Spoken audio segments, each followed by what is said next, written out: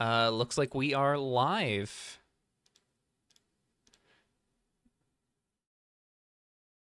Alrighty. I'm still seeing waiting on my end, but maybe it'll just take a few seconds to. Yeah. Oh, all right. We're live. Displaying that we're live on my phone. Yeah. We're live. Cheers. Fantastic. The hard part is done. Yeah. Oh, we're up to 27. Uh, Cool Beans, Ricky, and Stasis in. Oh my god, that just like jumped in the last minute or so. Yeah. Wow.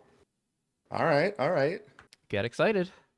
Could be 28 going on 30. Yeah, I'm very excited. This is going to be really fun. Yeah. I'd love to see another 30 plus. Getting two back to back, I believe 30 or more last season. Yeah. Kind of a rough view to do this, but yeah, January and February, 31 and 33 respectively. Mm-hmm. That was great. Good to know that you can hear us both. As the stream title suggests, and as I'm sure you saw me mention in media, I am joined by the wonderful Timespiraled, major host and voice over in the Magic Set Editor Modern community, the sister format. Thank you so much for having me. I'm really happy to be here today. Yeah. I guess if we wanted to have like some sort of structure here, do you want to talk about your experience with MSEM2 and your experience with Rev a little bit as we wait for decks to get locked in? Yeah, sure. I can do that. It shouldn't take too long.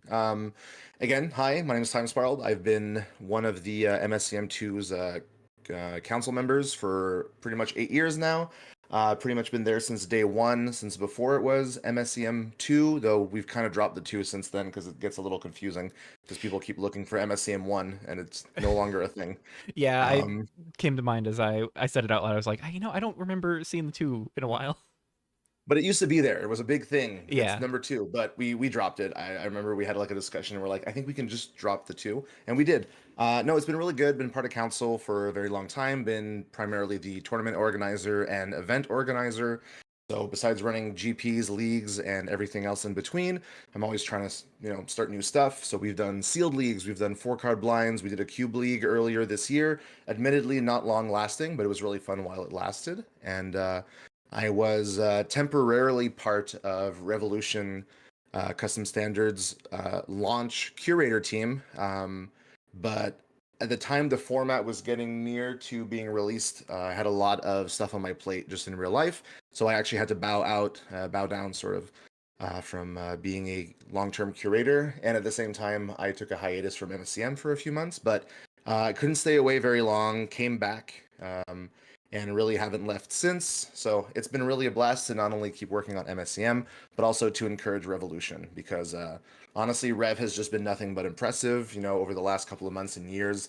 The format, the community, the sets that have been in have just all been spectacular. And I really feel like we're heading into like a really great sort of like period of sets. I don't know. I think like this group really excites me. So I've been dipping my toes back in, starting to do a little more content on this side of the servers, and yeah, no, it's been really exciting, and I guess being part of this decklist stream is just another step in providing more content for all the Revolution players out there, and hopefully, fingers crossed for others outside of Revolution who might be interested in joining in, because definitely not as big of a hurdle getting into Revolution as it is MSCM. So Yeah. I will say I've dipped my toes into the MSCM pool every once in a while. The set pool there is just so daunting to me. I've had folks say, "Well, you don't need to know the full context of the environment." I'm like, "You don't understand how my brain works." Yeah, you're not.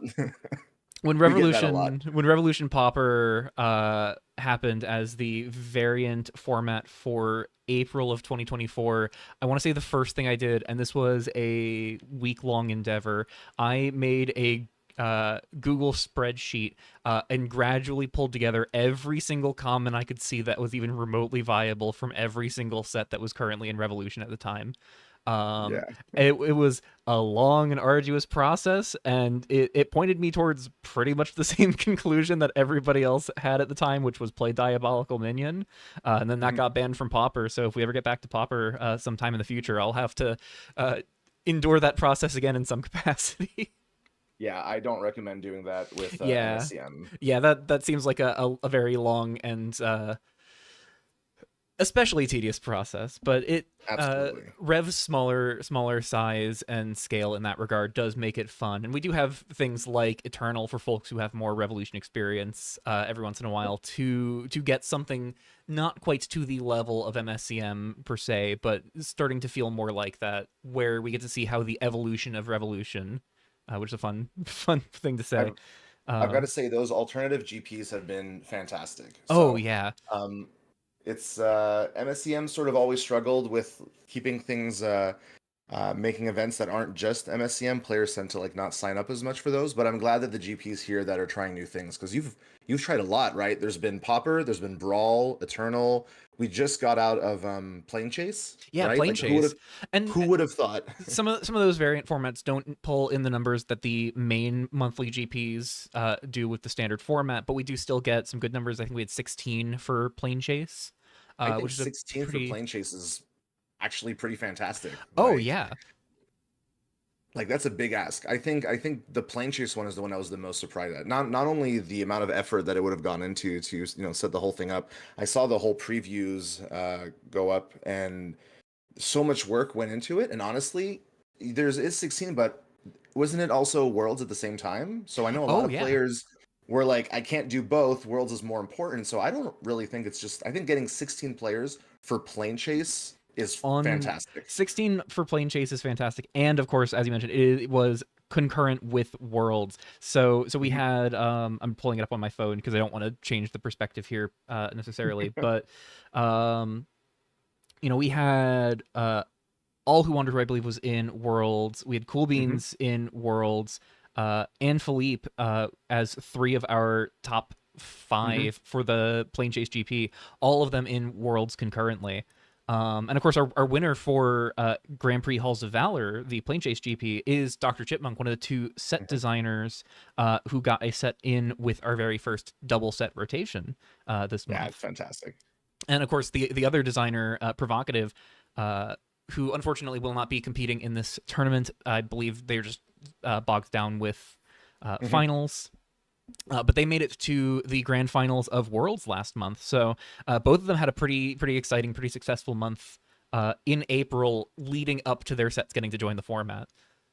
It's such a cool thing. Like honestly, I would if I were them, I would be feeling like through the moon, right? Like through the Absolutely. roof. Yeah, it's such a good combination of not only succeeding competitively in the format, but also you get your sets in on the next month. Like this season has been nothing but exciting. If you look at the league numbers, we're about to hit 200 in just a few matches, and this Yeah. is what 8 days in. I know league tends to dwindle as the GPs launch. It's the same thing in MSCM. I know what happens here as well, but I I'd say we fingers crossed. Could we see hopefully maybe 300 matches played? That would be so amazing. Great stuff. Yeah. And one of the things with League, I have struggled to get myself to play League reliably. I think I played one total League match in the GQ Chaos Reigns season, and that's not even necessarily for lack of excitement around that set. I do really love that set, but um, I used to do recorded League runs back in the Cliques of Nyland season, and I found that to be very sluggish for motivating myself to record because with GPs, you negotiate with your opponent when you're going to look to try and coordinate your match, and you can kind of brace yourself to record around that time. But with leagues and the spontaneity of it all, it got to be a little taxing on the recording end of things for videos that Mhm. it, from the analytics side were some of the lowest performing videos that I was making. So Absolutely. I kind of removed that from the docket of content that I was looking to make regularly back in GQ Chaos Reigns, but it didn't fully shatter that notion of, if I'm not making content for this, why play? And all of the excitement around the two incoming sets and rotation and the patch notes coming at the start of the month just really sort of spurred up all of that energy, and especially with the work I put into the set reviews. I just had to get my hands on the cards and start playing with them as soon as possible. So it's been the most League I've played in a little while, and I have so many brews that I've been tinkering with in the back of my mind that I haven't really spent too much time on solely because I've been bracing for this GP. And with the GP kicking off, y'all are going to see me cast Weft Dancer at least once, I promise.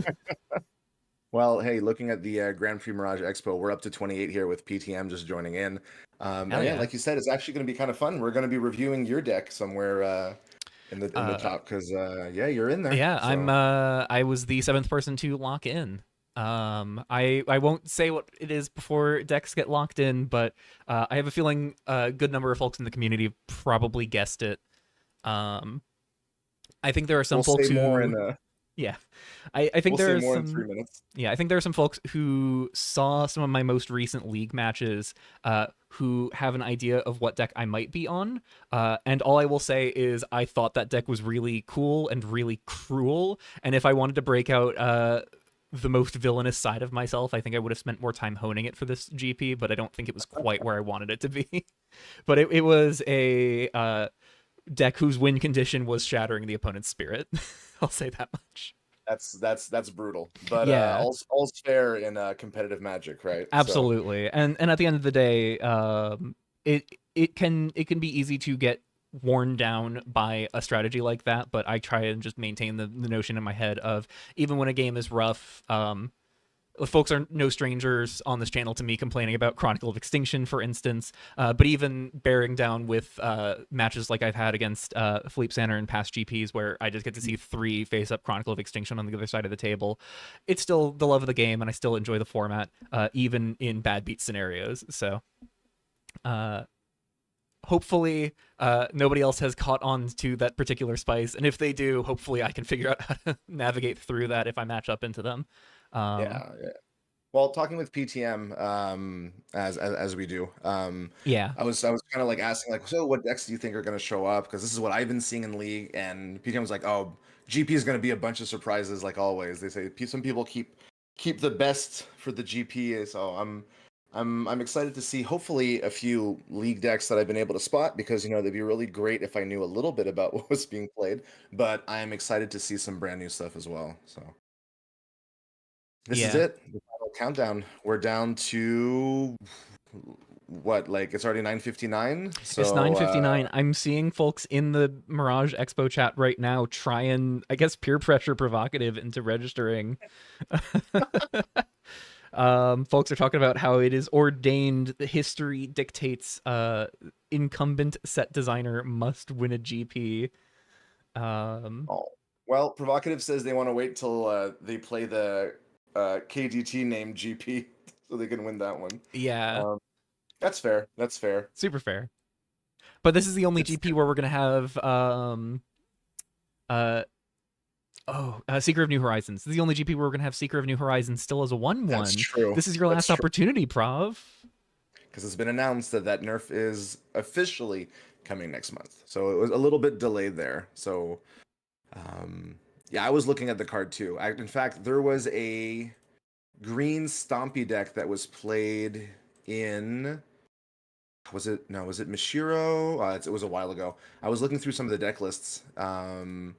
No, it's provocative. Actually, it's so funny. It's provocative's list from Yeah. Petrasia, and I was like, has this been like really hit so much? I'm like, Seeker didn't get nerfed in the end, and yes, Menelea got a hit, and Grassroots Campaigners, but I was like looking at the rest of the cards, and I'm like, nothing's been touched. like, Um, in um, my understanding, Menelea got a buff in March. Oh, Scribble says deck lists are locked. all right, let's get into it because there's going to be a few of them. So we'll cut back Oh, to the. they are not live yet, but at the very least they are locked in, so they should be going live any minute. Okay. But yeah, on that mono green Stompy deck, Menelea got buffed. Was previously, I believe, a 4-mana 3/3, distributed 3 counters, so 4-mana Oh, 6/6 in terms of total stats. But only granted protection as a heroic trigger previously, rather than it being an activated ability. So Menelea got a huge buff down to 2-mana 1/1, distribute 2 counters. oh, Um, there we go. Right. even in the nerf this month, taking her to no longer be able to protect herself, and no longer rip non +1/+1 counters off Mhm. of your creatures, she's still a house of a card, and pairings are up. Right. Um, Okay. Taking a little moment. I'm up against Cajun. Well, hey, Cajun. Cajun and I go way back, of course, having worked on MSCM together since like the dawn of time. So, shout out to Cajun for who like half of the custom Magic community would simply like crumble if they weren't around. So, Oh, absolutely. Cajun is the champion of all champions. So we've got deck lists up. Looks like we are locked in at 28 players. that's a great number. Pretty great No number, buys. yeah. I No like buys that. I round like when one. there's everyone's got to play it out. Yeah, so looks like we're starting off on Nyx's Black Red Sacrifice. Not too surprising. I'm seeing some cards very familiar from having spectated a lot of League so far over the past couple of 8 days. So some really good stuff here. Yeah, Protean's Animosity is not one I'm used to seeing, but given the aggressive slant of this deck, it makes a lot of sense. Interesting. Yeah, I'm I haven't seen that card before either. I'm But very curious about the transgressive trendsetter here. There are only 7 3-drops and no cards above 3 mana in the deck here. So getting that to corrupt seems like it might be a little unreliable, but I suppose in a deck like this that might just be looking to turn some things sideways, mhm. could do some powerful things with just the fact that it's a 2/2 for 2 with Menace. Yeah, And the floor on this card is fine, yeah, honestly. and I will also say it looks especially good in the face of Scofo's Conjurer, where if you just Mhm. have spells to start casting targeting your transgressive trendsetter. Mhm. Although actually now there's no instance in this deck, so what spells are you targeting? I guess just Protean's Animosity. Guardian's Animosity, right? Oh my god, yeah, that's an infinite. You wander Protean's Animosity targeting There it your is. There transgressive it is. trendsetter, and then Scofo's Conjurer just makes infinite. Yeah, there we go. Oh, that's Okay. really clever. Things make a lot more sense now. Yeah, that makes a lot more sense. So this looks like a pretty neat lean black red aggressive deck with that 1-2 punch of Scofo's Conjurer, Transgressive Trendsetter, being able to go infinite with Protean's Animosity, and of course Bind Life to steal here. Able to get both of those back for 5 total mana invested. You get Mhm. twice X, so you spend X is 3, get back Conjurer and Transgressive Trendsetter, immediately refund a red and a black for your trouble, Yep. and can spend the black on Protean's Animosity to get the chain going. That is really, There really you go. sweet.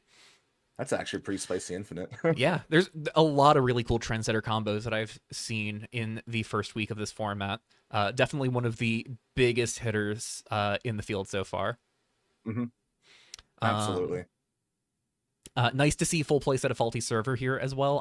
I'm of the opinion, I think Faulty Server is one of my favorite of the Errors of the Weft fetches. That 4/4 being made untapped is just it is a real problem for decks looking to swing in later on in the game. I don't think it's going to come up all too often in a deck like this that has that immediate button that they can push to try and end the game out the gate. hmm But in situations where it gets pushed down to more of a grind, which Fabricated Anomaly and Exorcist of Errors are already inclined to being able to be good in, and especially with Shigani Manor Burns, Hellfire Crafting, Meeting of the Elites, all kind of leaning that way as well. hmm Faulty Server's discard mode is just so good at helping take control of the board. Oh, it's really good. Actually, I like Faulty Server as well. There's nothing being really cast on turn one, so yeah, makes a lot Yeah, of sense for me. yeah. I really like this cycle. I really like this cycle. I've been really liking this cycle too. It's definitely performed above my expectations in a lot of ways. So moving on to Itai Yukul, Walking on Sunshine. Uh, Looks like we are a mono white control deck. Yeah, looking like mono white control. We've got Clay's contest coordinator, pretty much become a mandatory inclusion at this point. Renowned Rough Rider, 3 Cassia, which I feel like if I'm seeing Itai on white at this point, I have to expect Cassia the Carefree at some point. I feel like Itai is the only player I've seen lock this card in the last few months. Dutiful Wanderer and Shangfa each as 2 ofs.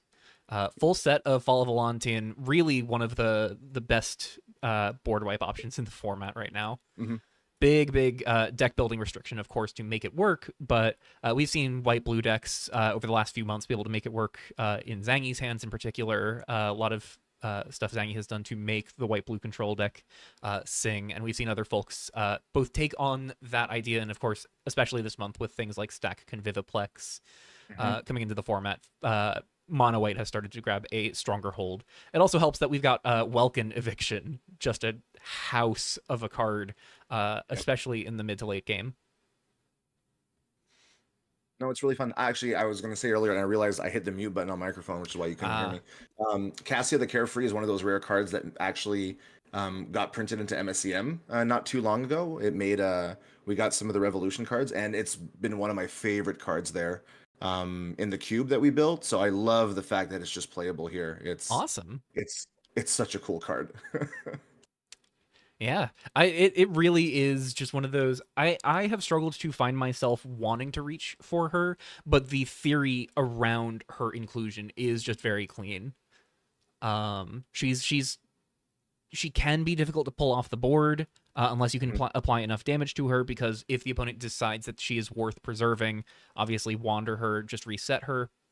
Yep. And the way that wander works with her, insofar as if your opponent sees that she's up 1 damage or like 1 loyalty, and you go to wander her, your opponent's not going to be able to try and burn her in response. She immediately goes right to the stack. So that is a very nice play pattern in particular with her. Absolutely. And this is the second deck in a row. I'm just going to do a lay shard count through all of this. Second deck in a row where we've got a play set of lay shards. I noticed that too. It's yeah, I'm sure it won't be the last, but I'm gonna stop myself from scrolling too far down. Yeah. Three Pest Problem, 3 Looming Psyhawk as well in the sideboard here. Pest Problem, folks have pretty quickly identified if there are nonsense enchantment things happening right now, Pest Problem is a really great answer to it. I've been a little suspicious of it in something like Mono White specifically, because so much of your removal is Sealing Strike, Welkin Eviction. But we'll see how it plays for Itai, I suppose. Yeah, that's true. Whiffle on Error Ramp. It's looking Jund, I believe. Primarily green with a red and black splash. Well, if you scroll down to the errors at the top, yeah, we've got white, we've got blue, we've got black, we've got a little bit of everything here. We have got a little bit of everything. How are they making double white and double blue for placeholder asset and undefined behavior? So obviously Sunsoaker can do so. Jubilant Docks is able to add mana of any color. Yeah, you do get to choose the color, but you would have to have double Jubilant Docks, I think. Yeah. That's looking like it's about it. So it looks like, realistically, it looks like the primary way of getting the one of placeholder asset and undefined behavior into play is you ramp up to Revolutionary's Monument with your dorks, and then just sacrifice all of your dorks to monuments to go get Aurora into play, Scotha, go get Privilege Escalation into play. And that does seem like a very frightening way to end the game with Monument. Like, on its own, it's a 7-mana 7/7, which... Yeah. With enough value backing it up, that can be a problem in its own right. But when you're coupling that with a roar to replace all of the lands you sacrifice to Revolution's Monument, or I guess not lands anymore, because Monument was including lands up until rotation where it got changed. But even then, like slip Scotha into play, slip Privilege Escalation in play, even just getting one of those cards off of Monument adds a whole other complication for the opponent. That's for sure. Yeah. And it's got avalanches, it's got root fossils. Like, this is this is gonna be a house if folks can't kill it quickly. Yeah, that's for sure. I'm excited to see what Monument can do here. I might have to make a point to spectate some of Whiffle's matches here. Yeah, honestly, it's the kind of like big splashy gameplay that you really want to tune into. I'm happy to see the big errors. I was wondering if any of those were going to show up, because on a first read through, each one of them is just such a scary threat, right? So yeah. And one of the things, I didn't get to talk about all of them in my set review. I struggled to find a coherent place in my mind for placeholder asset, for instance. But this, with Monument in particular, this does seem like a really great home for stuff like this. Oh my god, and placeholder asset being able to exile the monument Yep. if it's The hit, monument. Yep. store it away, and if someone removes the monument, removes the 8/9 that's hiding the monument, you just get the monument trigger all over again. That's great. Yeah. Just noticed that as well. That's phenomenal. And undefined behavior can copy up your revolutionary's monument as well. Oh, that's gonna There lead we to some go. very Okay. explosive. Uh, oh, we have waiting on decks text still on screen. I always forget that. Oh, It's that's not a deck list stream without me forgetting that it says we're still waiting on decks. I've been staring at it for minutes. It's right on the side of my screen, and I'm also like, yeah, it's supposed to be there. I do it Thank you, every time. Stasis. Thank you, Stasis. And thank you, PTM, as well. Stasis mentioned PTM was the one that brought it up. Oh yeah, I am being pinged in Rev chat that is waiting on text, but I'm not paying attention to Discord, so that's Yeah, why I me missed it. neither. But yeah, Whiffle on something very cool here. I'm gonna have to tune in and see how these matches go for Whiffle. Um, Absolutely. Crush on a nice standby from last month, Blue Red Hmm. Flashback. Or not last month, but GP Petrasia in March. That so many folks playing Savvy Smith back in March really took me out of left field. I knew that uh, Savvy Smith and Lightspeed Launcher at the time, which has since rotated, were something that was on people's radar to some degree, but I was not ready for the number at which people were bringing those cards back in March. And it seems like a lot of it felt to me in League that a lot of it had been largely put off to the side in the wake of rotation, especially with Lightspeed Launcher leaving the format. But it's nice to see Crush bringing Savvy Smith here. This card is so good, especially with the flashback tools like Firebolt, Igneous Visions, Industrialize, and we've got It's there's nothing Ripples of in History. the Ooh. yeah, there's nothing in the board though that's coming in from our two new sets, right? This is just pure classic here from the last couple of months, right? At least in Yeah. the non-lands, right? Oh wow. Even in the sideboard, we're still. Oh no, we do have Yep. two copies of Frag. There's Uh, frag and there's yeah. meteoric facade here in the lands as from air, but yeah, Ooh, everything else yeah. is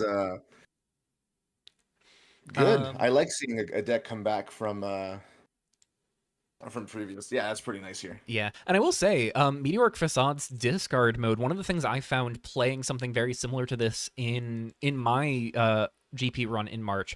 The blue red flashback decks with Savvy Smith, they do love just kind of getting to make their land drops every turn if they can. Hmm. So Meteoric Facade, not impossible for this deck to just discard, even with how much they're kind of churning through their hand with Savvy Smith and Industrialize. I'm excited to see Wormshot still on a sideboard. I'm surprised we're not seeing what's the blue red shock peak Misty Peak Misty Peak, yeah. would feel I don't know. That's just a little something that I'm like I'm wondering why. Yeah, I'm surprised by the absence of Misty Peak as well, but I guess it was just identified like this field might be Mhm. pretty aggressive, and so try and avoid the shocks if you can afford to. Yeah, yeah. I mean, Crush isn't here to tell us exactly, but I wouldn't be surprised if that's the reasoning either. Yeah. Yeah, looking pretty good. Looking really exciting. Again, I'm a sucker for blue red spell slinger, so you don't have to twist my arm to get in on this. So Yeah. Up next, we've got Cajun's :3C. Cajun on red white aggro. It looks like. yep, Um, yeah. Seeing I'm Kitsune matriarchs and riders and I glanced down at this, saw red white, and thought that this was going to be what Cajun has been playing the past few months with Amber and Karina, and then seeing the Mhm. curve stop at 2 and no yeah, planeswalkers, I am taken aback. But I see the koi float, and suddenly it all makes sense. This is red white koi yeah. float. Um, I have been surprised by how popular this card is. I definitely had it pretty low on my radar through the set review, but so many folks have pushed it in so many different interesting directions. I've seen blue black, like mid range koi float decks. I've seen more Mhm. aggressive koi float decks. I'm not really sure what the best builds for koi float would be necessarily, but it's been really exciting to see so many people take it in so many different directions. And we've Silver was on it as well. Yeah, on yeah, for a white Silver black was on it heart suit. for for Heartsuit. Ended up dropping it. We had a little bit talk on the deck stream for that one. How Port Float wasn't quite as aggressive enough. Like the turn you're playing it wasn't quite doing it, but we still ended up saying the card's pretty great. Like, Yeah. And we've got Chipmunk in chat pointing out Toki with Ragtag Squad, 2 mana 3/2 can tap an untapped creature you control to give Toki +1/+1, and the keywords that creature has, Ragtag Squad being able to give Toki an immediate +2/+2 haste and trample. That's pretty fun. That's really cool. And we got Kitsune Matriarch. I have not gotten to play this card at all, so I don't know how much it lives up to my hype for it, but this card just seems so sweet. It's really good. Having finally done a match with a white-black hard suit, you just need 1 token, and the card's great. And you're going to get a lot more than that. I mean, just look at the list, right? We've got Flags on High. We've got Shigane Manor. We've got Cash Thrasher. Where's the Runes Awaken, right? Like, the tokens actually are absolutely nuts here in this deck right now. Yeah, and they get to do double duty of not only playing into your creature synergies like Kitsune Matriarch, like Voice of Utopia, like Toki, but they also get to play into something like Koi Float, where, you know, that's a higher density of cards that you're perfectly fine just casting regardless of context off of Float, and then any of these cards that makes 2/1/1 tokens gets to then turn around and immediately animate your Koi Float turn after turn after turn without sacrificing your creatures that were already in play from being able to attack. So that's a great way to maintain momentum. Yep. I'm frightened by the playset of Virtualized Onomastic in the sideboard. That's going to be a headache. Yeah. Well, funny thing, hey, while we're talking about sideboard, there's not a single deck that hasn't failed to put in 3 to 4 copies of Soul Guide Lantern so far. Yeah, I know a lot of folks were kind of declaring Soul Guide Lantern stocks are over. We're gonna have Faces of the Faceless. We're gonna have archival storage, I believe. And, you know, these are just going to put Soul Guide Lantern back on the bench. No way. This card still does plenty in this field, and it's nice to see folks still recognizing Soul Guide Lantern is as real as it has always been. It still just does so much. I love it. It's a really, really good reprint here. I've actually been liking the new pieces between Faces and archival storage more as tools for graveyard decks to have a graveyard answer that could even potentially help their own graveyard, like archival storage in something like a Weft Dancer Reanimation deck, or Faces of the Faceless in Cycle Stompy, or even something like the Damned to Hell Mono Black control decks, where any cycling cards in the graveyard, you want to preserve those and keep your opponent's Soul Guide Lanterns from hurting you. So that could be pretty nice in that regard. Yep. Yeah. We're getting a chat, by the way, letting us know how cool it is, Swift Approach, and these fast decks that empty out their hands, where essentially the downside is just never going to matter, right? Absolutely.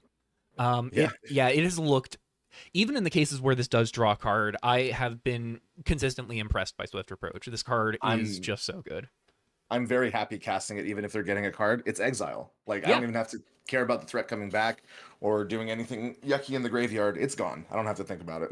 Absolutely. And as somebody who we'll get to my deck in a little bit, but somebody who has things that care about the graveyard, I'm not excited pairing into it, but I'm gonna see what I can do with it.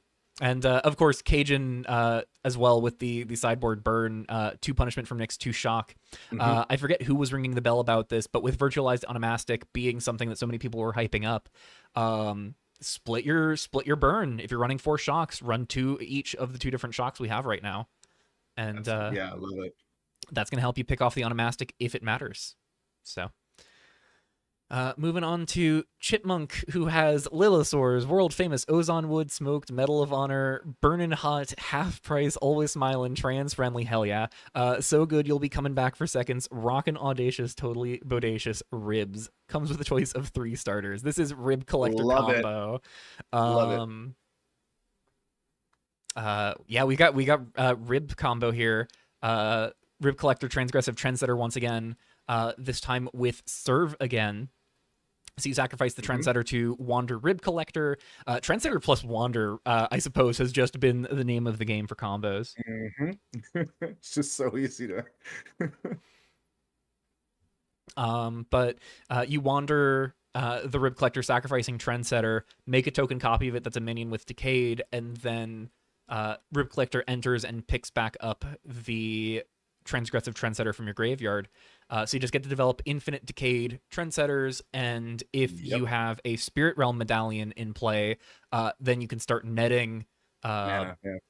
Netting mana every time you go through the chain. You net red mana when you wander the Rib Collector. You net a black mana when you cast the Trendsetter from hand, Hmm. and then have infinite of both.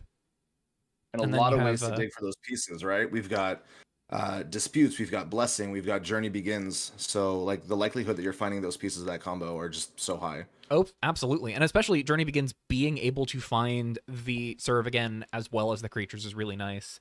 Hmm. And the Spirit Realm Medallion even. And the Spirit Realm Medallion, yeah, cost Yeah. 3. And of course, the blessing package comes with one of Exorcist of Errors, which getting to draw step Exorcist somebody has got to be demoralizing to be on the receiving end of, but it sure is something that this deck Yeah. can pull off. The one of Mask Smith, the one of Karaja, and then Hmm. 3 Smiling Sludge, 1 shiny and 2 non-shiny. I was going to point out that this happens twice now. We've got Smiling Sludge, and then we've got Rough Rider also split between a full art and a regular Yeah, version as well in the deck list here. Chip is a big fan of splitting up the arts to get to show off all the different printings we have of specific cards.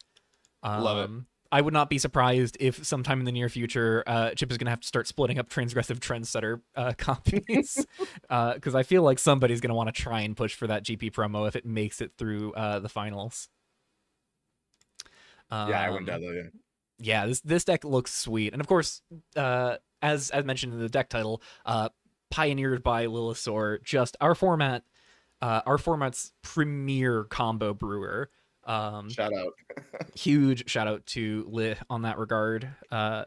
They just come up with some of the spiciest brews, and you can never discount them because no matter how silly they might look on paper, they do work. This is this was a known element, right? This was something that was showing up in League and people have been talking about. So, Oh, um, absolutely. I believe Lit was one of the first people to get a deck into the decklist channel, and it was with Rib Collector combo. So I would not be surprised yeah, to find that Chipmunk is not the only person on Rib Collector combo, even if Lid didn't bring it themselves. I'm gonna check that real quick. I'm really curious now. Looks like we had, yep, literally the second deck list on day one, 6:38 p.m. 5 0'd. Yeah, Rib and Soldiers. that was a week ago. And that was an Untuned. I'm seeing some different. Well, I don't know about Untuned, but I'm seeing a few differences. But yeah, Yeah, it happened fast. it sure did. And we've got one archival storage in the sideboard here alongside the 2 Soul Guide lanterns. So Yep. we are seeing stuff like archival storage, shut off card abilities in graveyards passively. But that does not disrupt this combo in any capacity. So Mhm. And there's your shock and punishment from Nick Split again. yeah. Alrighty. We're at my deck. I think this might be the most scrunched deck on the deck page so I was far. gonna say, Um, talk about concise. yeah, concise. This is something I was one of a few people tinkering with stuff in this range, this like red green counters style of aggro deck. I've seen folks tinkering with more pump spell focused builds. I've seen folks tinkering with Shigani Manor Burns. Mhm. But I brought a build that was using Calamity Cat and Fabricated Anomaly and Ignited Soul, the latter two specifically, things that I don't think I'd seen other people really experimenting with. And the idea was, just try and get a relatively lean curve, get a bunch of good 2-drops, Mhm. some like annoying 1-drops that are going to be a headache for the opponent to deal with, and then Spirit Realm Phoenix is another headache, both in terms of getting it in play and building counters on it, and it just being able to be an annoying, sticky threat that just keeps coming back turn after turn, whether I'm looting it away with Anomaly Puzzle Boxes or Calamity Cat, Mhm. or I'm just getting it removed or having it die in combat and getting to pick it back up at the end of the turn. I'm really Um, liking this deck list. I have loved playing Fabricated Anomaly designed by World Champion 2025 Stasis. This card is so good in aggressive decks because, especially in a deck like this, so many of the cards that go to the graveyard don't particularly care about staying there. The only things that I think, not particularly interested in losing would be Spirit Realm Phoenix and Igneous Visions, which is my one big change from my league deck list for the most part. And with that in mind, there are so many things that just end up in the graveyard over time disposably, and No anomaly just gets to turn all of that into a ton of damage out of nowhere. I've had games where just like a couple fetches early, a couple primal fissures early, plus an ignited soul can suddenly run away with the game.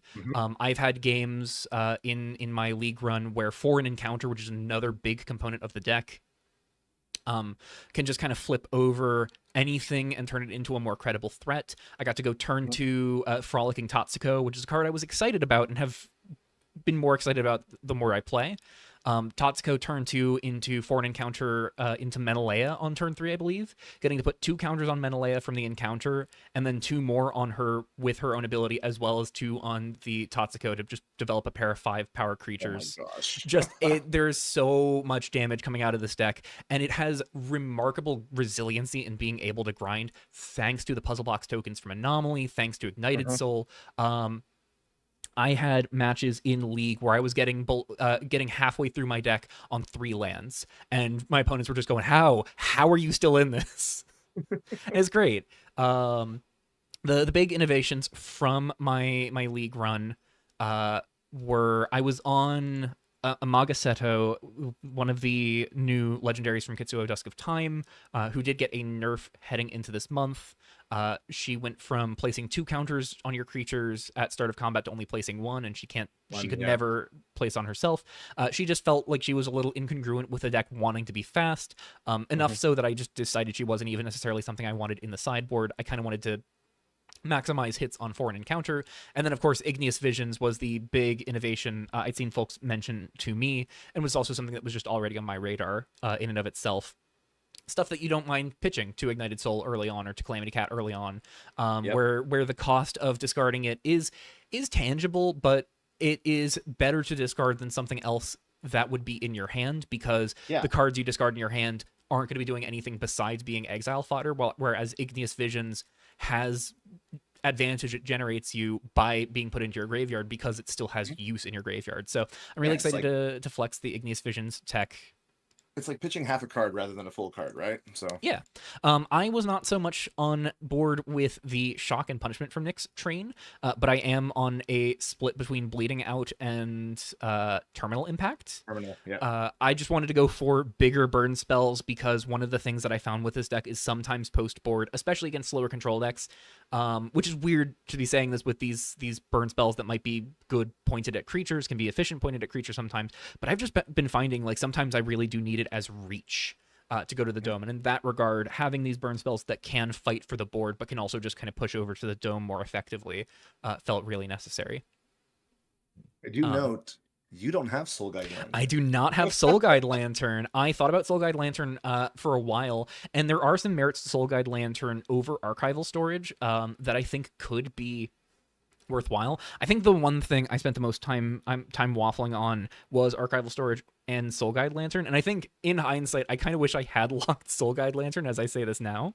But my rationale was I wanted something that was kind of unobtrusive that I could just put into play early and then forget about, and would just kind of passively affect my opponent over time. One of the big issues with archival storage, though, in this deck is that it does shut off Igneous Visions and Spirit Realm Phoenix from the graveyard. But I think in matchups where I'm priced into boarding in archival storage, I don't think those are necessarily matchups where I'm too worried about Spirit Realm Phoenix and Igneous Visions coming up. I think if you're bringing archival storage and you're hindering their game plan, I think your game plan can easily live without the Phoenix, and you're just going to break their face with everything else you've got on board. Absolutely. And I think one of the things that really motivated me towards archival storage and away from Soul Guide Lantern Lantern. is Yeah. I have felt so often aggressive decks boarding in Lantern in matchups where the Lantern is really important. It just feels so awkward because it is something that is so Yeah. disruptive to your curve, and it's like Yes. you want to develop the Lantern. You either want to like hold on to the Lantern and then you're like potentially spending time not spending the mana because you want to hide the Lantern from your opponent, or you run out the Lantern and it just kind of feels a little awkward and you're left wondering, do you crack it to draw a card? Your opponent kind of keeps eyeing it. Archival Storage being able to passively tuck away cards in your opponent's graveyard as you have spare mana, which this deck can sometimes be prone to having spare mana with nothing to spend it on. Mhm. And then being able to not only disrupt the graveyard in that way, but also passively shut off the graveyard. So you get to have that active taking care of the graveyard ability without sacrificing the graveyard interaction you have can be very nice. Yep. But yeah, it feels weird to be without Soul Guide Lantern, admittedly. And I do have another graveyard hate tool in a pinch with Masksmith. Yeah. But I also just like it came so close to making the main. This card is so good. It's so stompy, and it's really nice to have a effective artifact and enchantment tool that does not sacrifice aggression for a second. At least in terms of just getting it into play and turning it sideways. You don't need a target to play it. You can just put it into play. And it doesn't tap. So. And it gets so much better by just turning it sideways. And this is definitely a deck that is happy to turn it sideways. So yeah. So I will have the deck tech video on this as my GP videos start rolling out. So we will not waste more time on this. But I'm very excited to get into my matches with Looter Stompy. This is a deck that I had a lot of fun with in League, and I'm excited to play it in the GP. Before you move on to Volt Switch, just a little heads up. We have a player that snuck in a little bit past the deadline here. We have Viola, who was going to submit and missed the cutoff. I believe thought it was going to be a little later, but the deck list got snuck in. So if you refresh, you're going to notice that Viola is now at the bottom of the list here, just so we don't miss out on the player's deck here. So we actually managed to go all the way up to 29 players. Yeah, almost at 30. Looks like Viola is being handed the bye this round. Then I don't see them on the main page. I assume in part because pairings were already posted. Yeah, I'm sure that our tournament host Scribble and Kinjun are going to work that all out. Whether or not that's going to reshuffle the pairings or is going to give the bye, I'm sure they will handle it. Okay, we are at Volt Switch, so that brings us to Ritual Sacrifice. Yeah, this is a deck I actually got to play against on a recent League run. So, because this does not impact what is already in the GP, I'm a little more comfortable saying openly. One of the things I've been experimenting with recently has been Revolt at the Palace.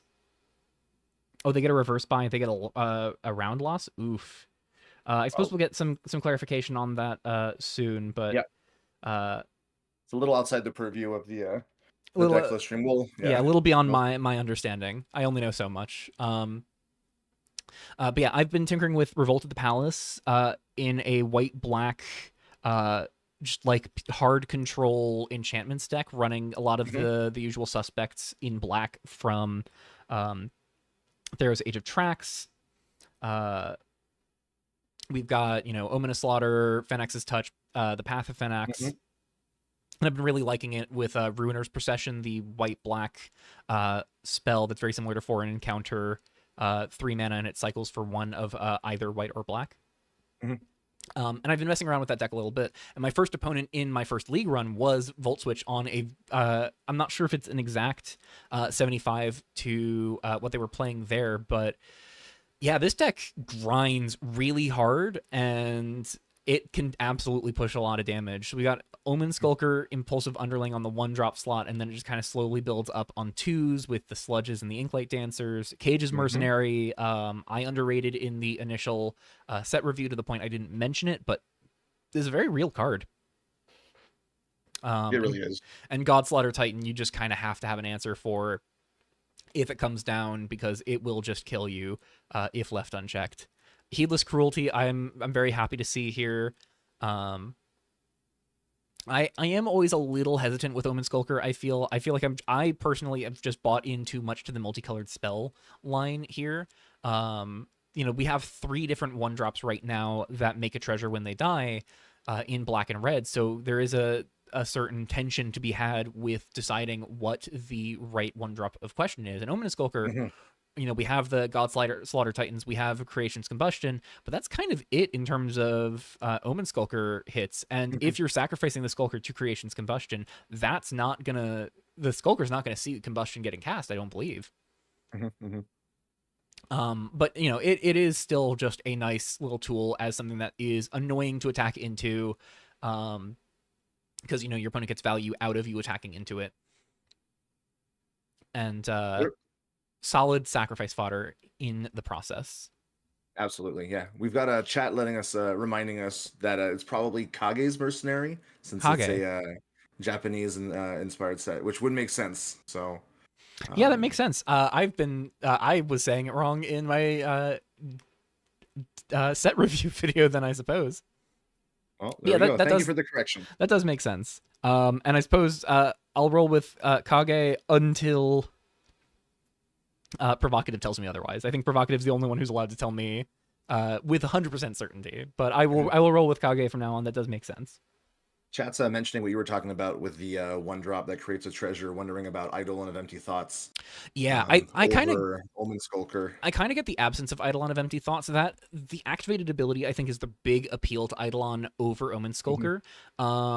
Because I feel like the enchantment typing, especially in a deck like this, you don't get anything from it being an enchantment, so you really only get the fact that it's a red 1-drop.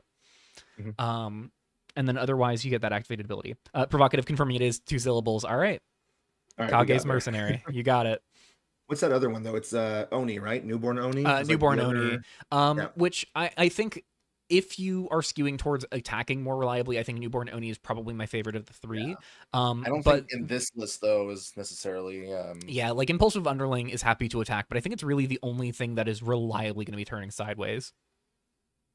So, Mhm. um, but yeah, Ah, okay. Stasis bot meant running 2 of them rather than just Omen Skulker. Bring in Omen yeah, Skulker and Eidolon to like really up that density. Yeah, okay. right, because it's the turn 2 potential Deadly Dispute Godslaughter Yep, Titan line of if you exactly. have Primal Fissure on turn 2 after a Yep, turn 1 Omen Skulker or the other 1-drop, you can go crack Primal Fissure, cast Deadly Dispute, sacrificing the 1-drop, sacrifice both treasures, and immediately yep. drop Godslaughter Titan on 2.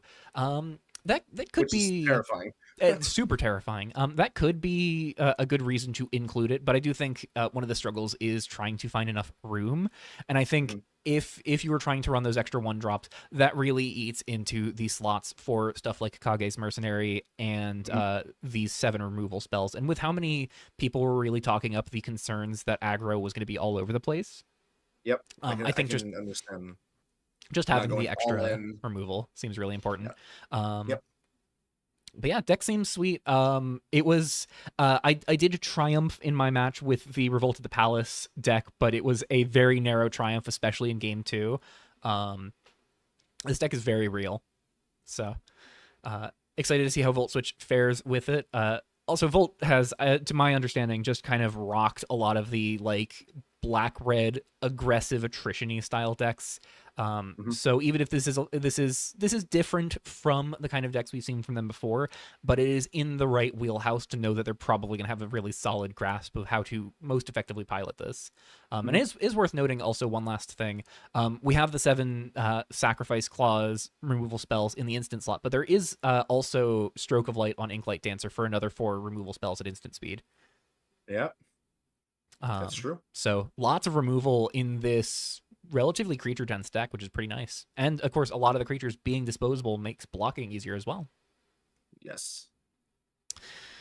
Up next is Fungus Tober on Panic at the Manor. This I love is it. white red. Con- Looks like white red controller, Control? white red mid Control? range. Looks like either control or mid range. I'd let Fungus Tober be the ultimate decider of whether or not this falls into the mid range or control categories. But Mhm. I'm gonna go on a whim and call it control. We've got Shang Fa, we've got Chromatic Whip, or we've got Chromatic Rift, we've got Flame Flame Whip. Whip, Chromatic Rift, yeah. Flame Whip is wild to see. especially with Frag joining the field. But Mhm. I suppose just picking off planeswalkers can be nice. Um, uh, Full playset of Panic, really good. I've seen Mhm. Crumbling Tower. I think I spectated them playing this deck at one point, and Crumbling Tower really, really puts in the work. I got very used to seeing it in ramp shells and aggressive shells over the last few months, but definitely like slower decks, even if you're not ramping, Crumbling Tower is just a lot of inevitability in like your worst case scenario draws, still giving you additional cards. Mhm.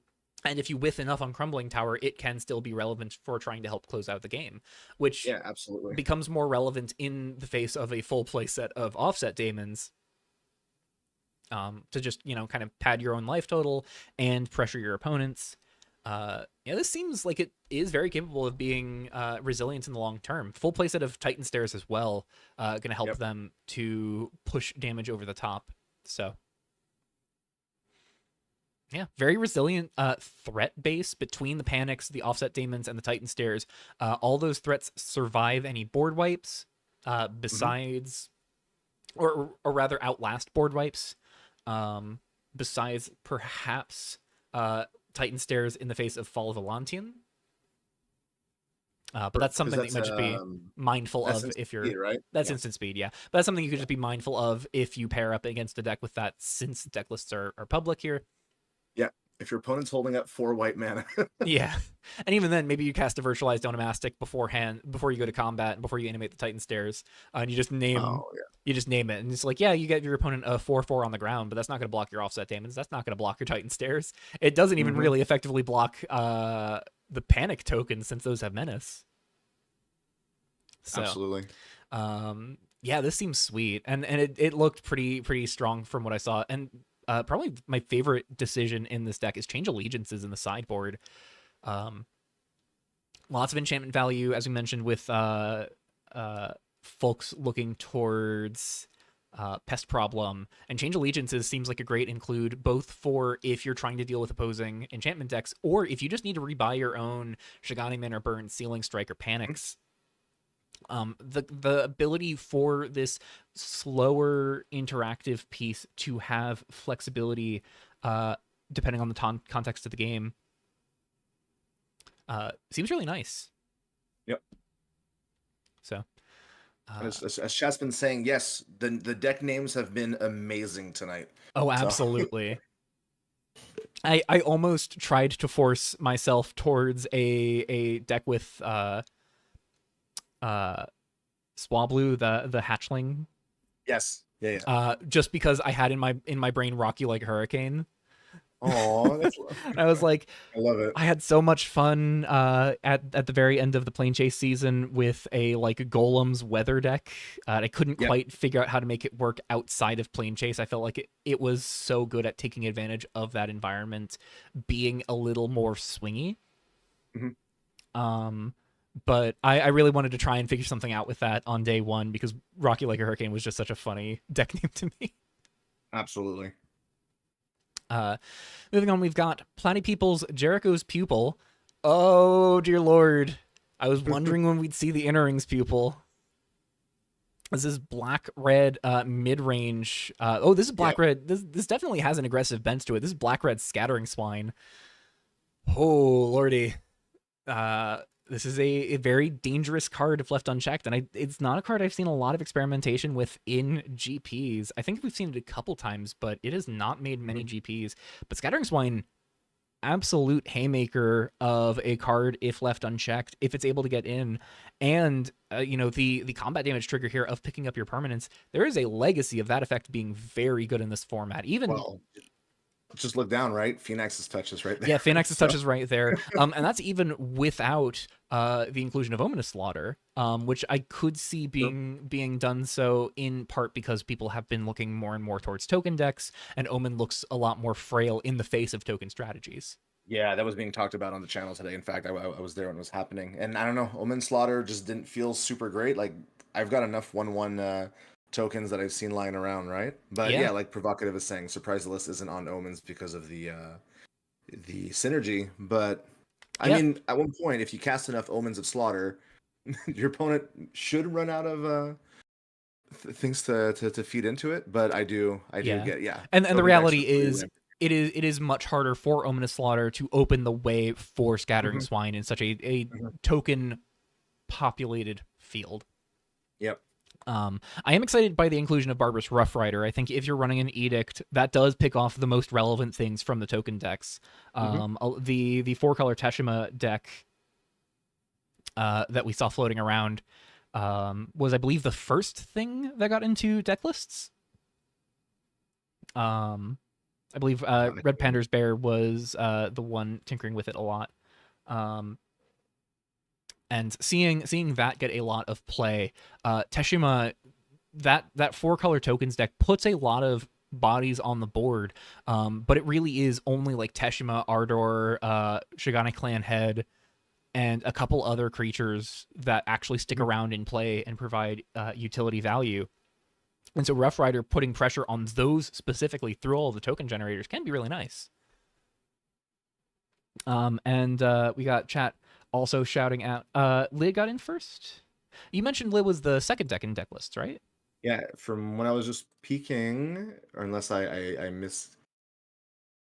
Oh, maybe because it was a 1:38 a.m. Maybe. Oh, you know what? That was probably the Dr. Chipmunk Shiny Counters V5, the 4.0. Yeah, sorry. The 4.0 was likely the whenever the patch rolls around, it automatically publishes decks that Yeah, that that prematurely was ended. that So was that's why I the missed end of that the up. shiny Yes. hunt. Yeah, so He's so got the Lid first was one, the first deck, and then yeah, and Panders then was Teshima. Teshima Yeah, up there we go. second. Thank you for catching that. Yeah, thank you for catching that. So yeah, those decks, Barbarous Rough Rider applying pressure to the important creatures specifically is really nice. Mhm. I'm loving the fact that we're seeing like lots of different black red decks, and they're all slightly different. Oh So yeah, there is a lot of ground to cover with a lot of the stuff the new cards bring and how they uplift cards from older sets mhm. as well. And it's nice to see so many people adopting Cash Thrasher. Um, Yeah. I really hope folks have heard my ranting and rambling about how I feel this card is most effectively used. Uh-huh. Um, but we've seen it in the sacrifice decks, so in like some in a couple different decks with like damned packages. So Mhm. Well, um, if you like Platy People's deck, you're gonna like the next one. yeah.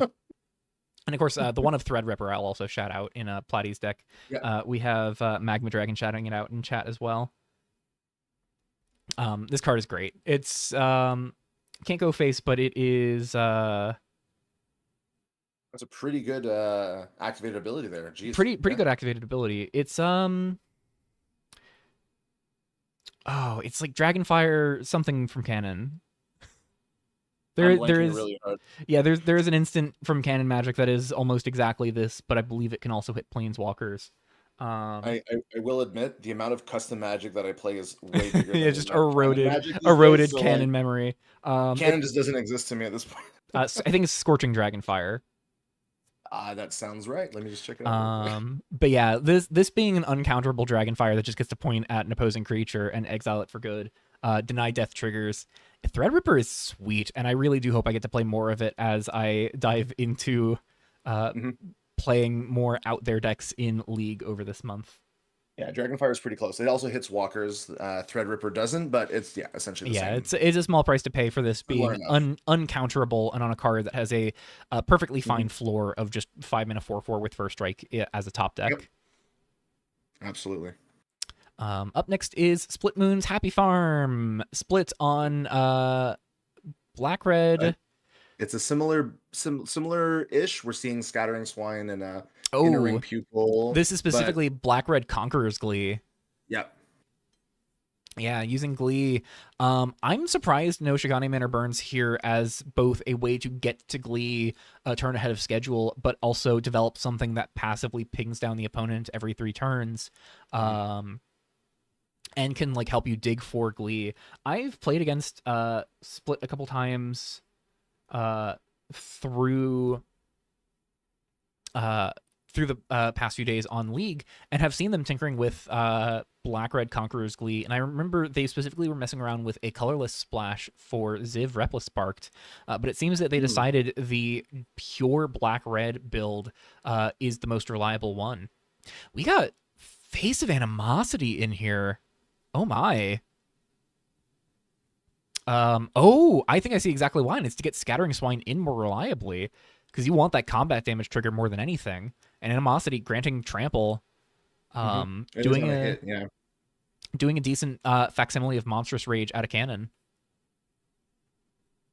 Yeah, and Oh yeah, yep. Rooftop Slink has a relevant combat damage trigger as well. This can skew blocking math if folks are trying to exactly trade with Inner Ring's Pupil. Yeah, Face of Animosity, kind of a sweet tech here. And then we've got the full playset of Punishment from Nyx in the main. No split with shocks here. We've got Fury the of... Omen Slaughter. Oh my gosh, I'm mumbling my words there. We've got All the good. Omen of Slaughter, like we were talking Yeah, about we've here. got the Omens of Slaughter with Scattering Swine here.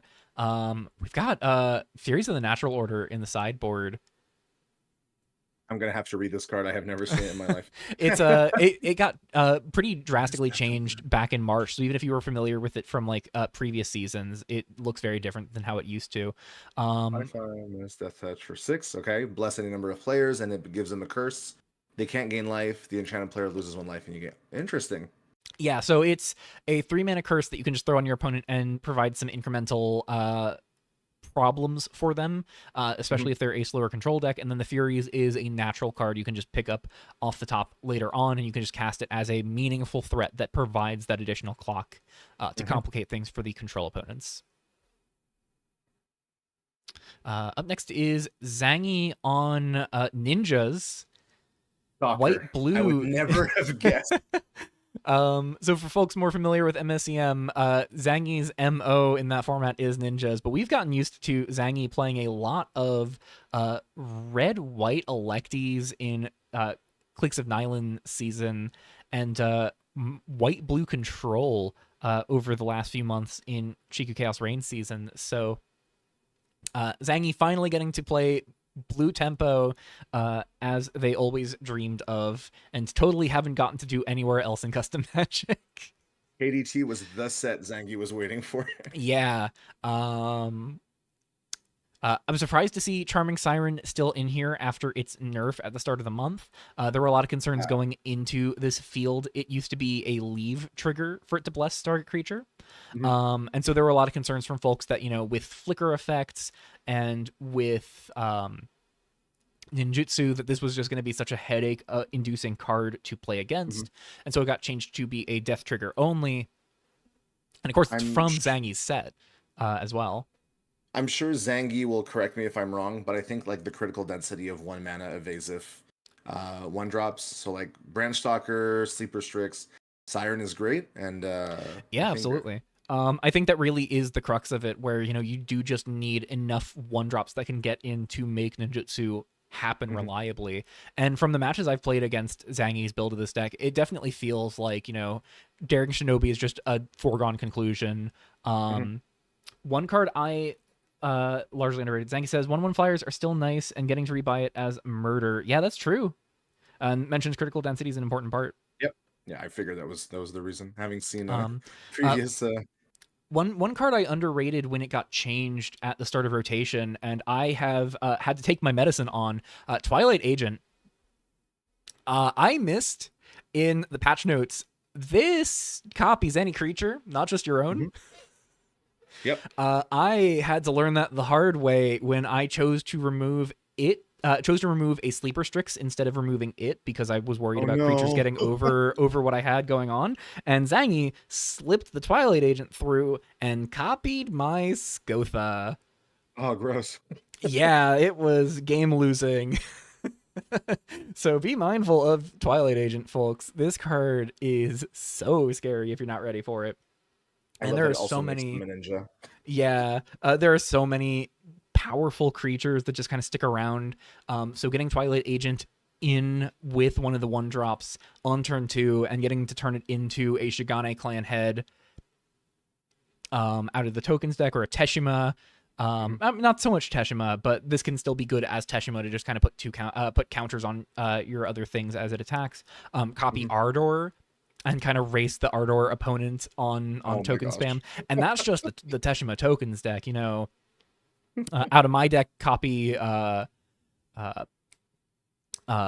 fabricated anomaly and start scaling up these creatures as they attack. Your evasive flyers start getting to become 2/2s and 3/3s and 4/4s. So, you know, there are a lot of things to really love about Twilight Agent. And I wish I had caught it in the patch notes video, but having to learn it in real time was it was a revealing experience, to say the least. Well, it does target, so I guess pray that you've got ward hexproof, or you can give something hexproof, I guess. Yeah, and my deck can't, so but if it's gonna be a little more awkward to make it a copy of Unspeaking Titan, I suppose. But we haven't seen any Titans in this field so far, so interesting to see if Titans showed up at all. Convol, also very sweet card. Past Judgment, big pickup from the new set as well. A lot of new cards in here that are helping to make this deck fully realized. I think there's like, we got the Sleeper Strix Charming Siren, Contest Coordinator, because it goes and finds one of your ninjas, or can find one of your enchantments. But there's very few returning cards in this deck, which is really sweet. And again, like, I'm sure everybody knows this, but Contest Coordinator picking up the omens has been something that I found so cool. Like, at first glance, like, it's not, I think someone coming into a format would be like not necessarily looking at enchantments as something that this usually picks up, right? But it is so cool that it's essentially finding an instant, right, in parentheses, that just ends up being an enchantment. Really big fan of that card. Yeah, and KDT is a big buff to Contest Coordinator in its own right because of things like Sealing Strike. So many cards with cycling that Contest Coordinator can just find. I mentioned my Revolt of the Palace deck. I was on Contest Coordinator in that first brew because it finds Sealing Strike, it finds Omen, finds Phalanx's Touch, and it finds Ruiner's Procession because it's a cycling card. So there are just so many different things that Contest Coordinator can find reliably, and if you put your density of activated abilities high enough, it just is crazy reliable on finding the things that you need. And even with you know, like a 50-50 split of valid hits, you know, even with the one of planes, not many lands that this is finding, but there are still plenty of creatures because of Veiled Branch Stalker being a hit, Daring Shinobi being a hit, Twilight Agent being a hit.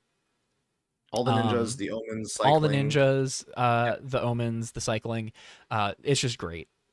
And it digs for 5. Like, the chances that you're going to hit something are so high. Absolutely. And it digs for your Soul Guide lanterns if you really want it. I was just about to say that too. Yeah, it actually finds your sideboards. I love it. Yeah. And I've talked up the Teshima deck. Up next is Panders on Teshima Survives the New World. The Teshima Survivors of the New World. Kind of mid-range deck. I've seen it described as a couple different things. In my brain, it really lands as a mid-range deck. This can just apply so much damage, but because of how resilient the deck is off the back of Survivors and how much inevitability the deck has between Teshima, Ardor, and Shigane Manor Burns, this is a really good deck to apply initial pressure through things like Screeching Grauku, and bunch of burn between Abominable Avalanche and Punishment from Nyx. Just kind of put bodies on the board, turn them sideways, and then as the game starts to drag on, between Shigane Manor Burns and Ardor and Teshima and Survivors of the New World, there is a lot of sustainability in this deck. Yep. This Survivors of the New World, especially more than anything else, has me really hoping we can find some options for mass exile somewhere in the near future. We've got Red Pandas Bear here in chat reminding us about something, and I think I had seen it in one of the matches.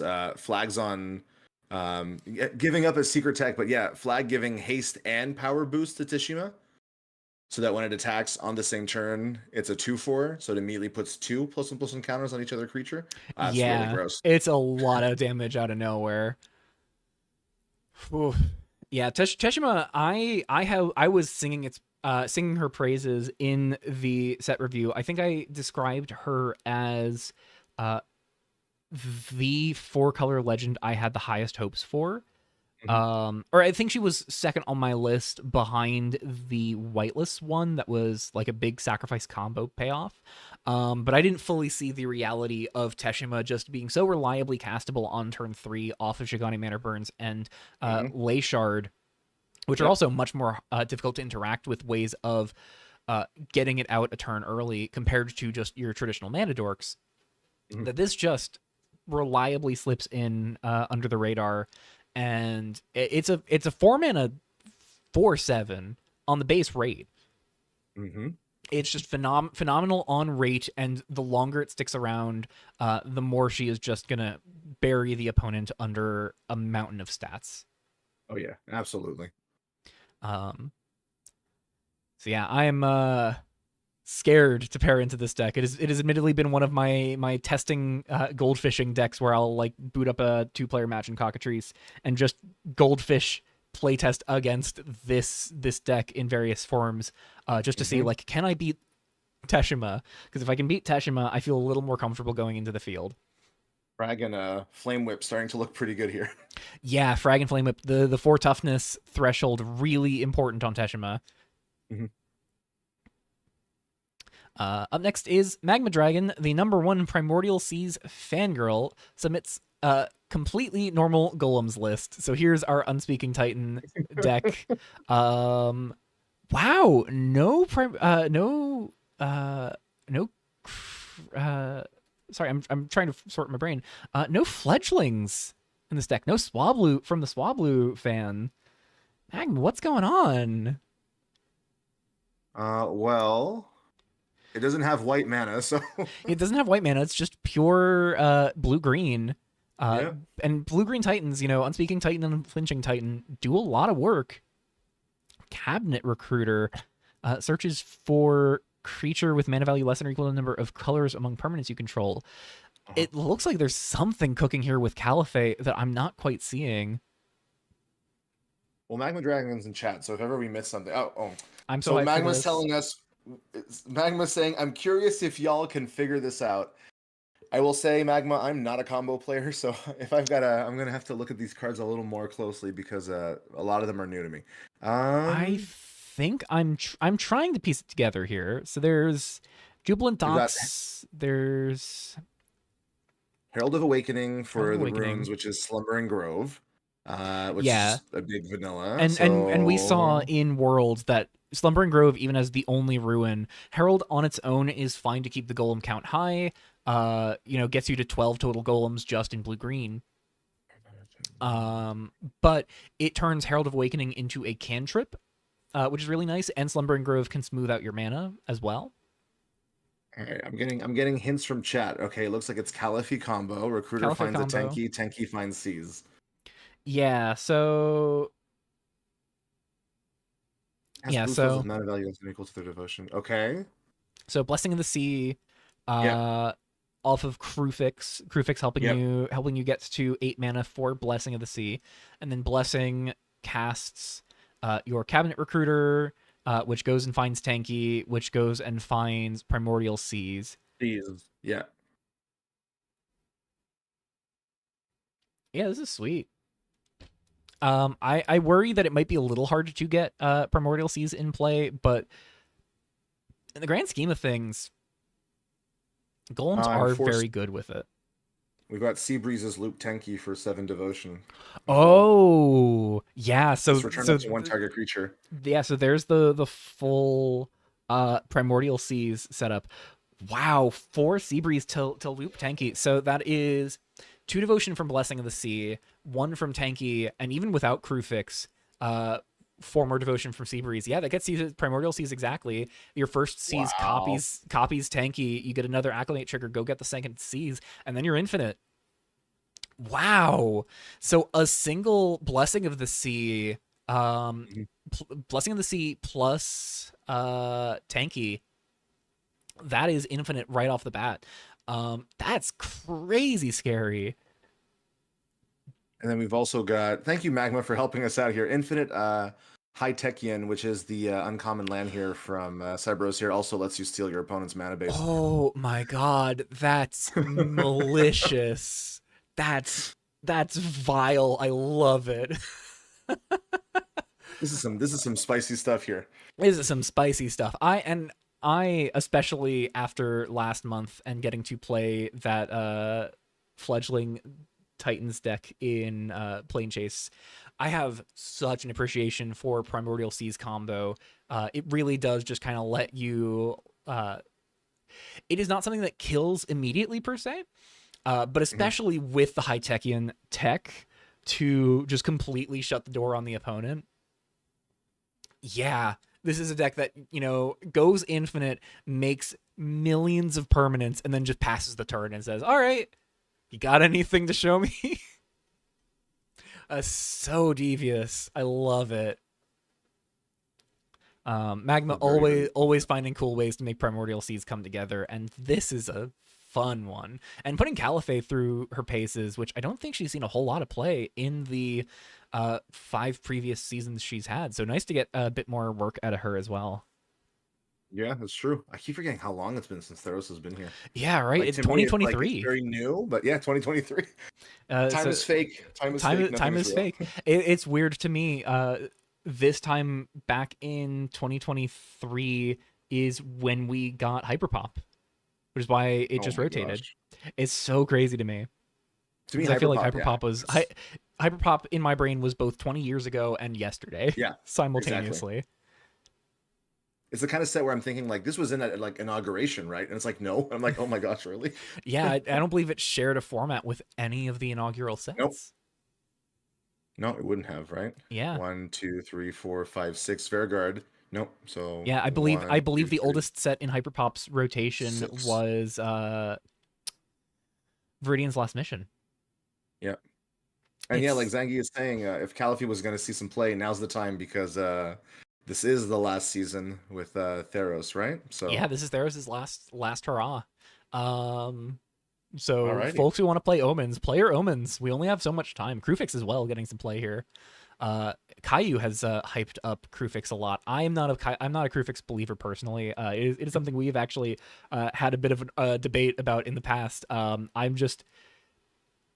I'm so fixated on Vibrant Vengeance. I love Vibrant Vengeance so much, so it's hard to look at any other mana doubler the same. Mhm. Yeah, I It's a agree with really cool deck. Yeah. yeah, I agree with Stasis. This is really cool deck building, and I really hope I get to see Magma go off with this at least once. I'm gonna definitely try and tune into this matchup. Yeah. Yeah.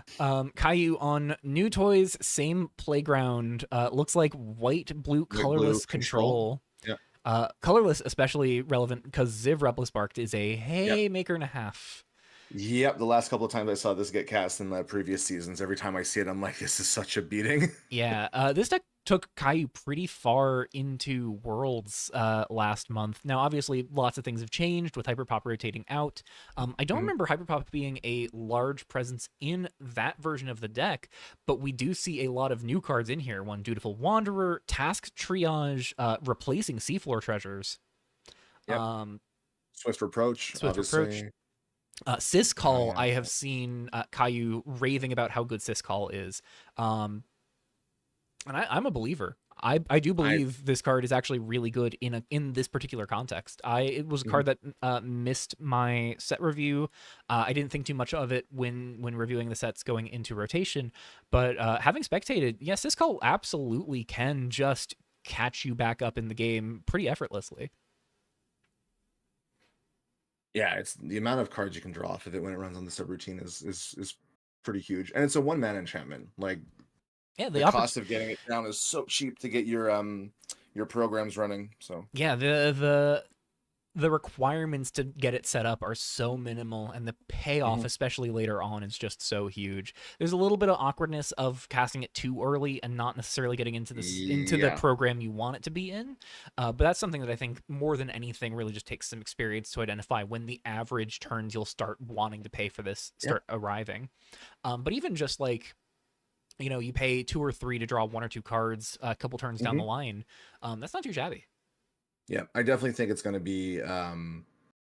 No, actually, I think it'll be like I know I would struggle to run Syscall because if you drop a turn one, where do you put in your program, right? Are you committing that your next turn you're going to be using it? Are you committing 3 turns down the line and then you kind of have to, or do you just say, hey, it's down in the programs. when it fires up, I have the flexibility of drawing the number of cards that I want. I'm not fixed to use, right? So, Yeah, because the and opportunity cost is so cheap, right? So, I think, you know, with how little the deck has necessarily going on turn 2, you know, if you drop this turn mhm, 1, you can hold up an Omen of Deception, and that might be worth holding up. But otherwise, you mhm, know, if you're gonna play Task Triage, why play the card from your hand when you could just Syscall and draw one that way, and then yeah, Task Triage later on as you're trying to hold up mana for those Omen of Deceptions. mhm, So, yeah, I really like a lot of what's going on here. I really liked the basic innovation from the white blue control decks that we'd seen all of last season, going into Worlds with Caillou innovating with Ziv Rebel Sparked into the mhm. mix, and seeing Caillou continue to try and push the white blue colorless deck. You know, some of the best control tools we have, coupled with one of the best planeswalkers in the field, Mhm. just makes a lot of sense. And then, of course, we didn't even really, I don't think we even brought up, right? Like 100-handed pillars here in the land base. And Oh, absolutely. This 100 just, pillars kills you. Pillars kills you I was going so to say, fast. It is such a great way to turn the corner with control, especially because of, you know, Syscall, Omen of Deception, Sealing Strike. They're going to yep, just build up devotion over time, and there's not much your yep. opponent can do. Also, a crazy scary thing to have in play alongside Dutiful Wanderer, because if this is your clock, folks are not going to be able to pressure you faster than Pillars plus Wanderer can pressure your opponent. Hmm. Um, so lots to like here. I pray I don't match up into this deck. I don't think I can win this matchup. Well, yeah, it's pretty solid. Yeah. Uh, oh, Silver's next. We got Heartsuit. So this is the deck that I know Yeah, that I I'll played in my deck. I'll So I'll let you take it away on this one. just in time. There we go. So yeah, Silver Barrel, Silvers. I love the new name though. Heaven Piercing Hardsuit Pilot. Really great here. I don't think there's any changes to the list. I'm looking at it quickly. It seems like this is the list that we reviewed a few days ago on the RevTech episode. So, I mean, the deck pretty much speaks for itself. It's dropping some pretty early threats in Kitsune Matriarch, cards like Melon for protection, and then you follow it up with some really absurd artifact token spam. You've got Smart Shopper, which does some really gross things with Wayward Drek, Attuned Acolyte as well.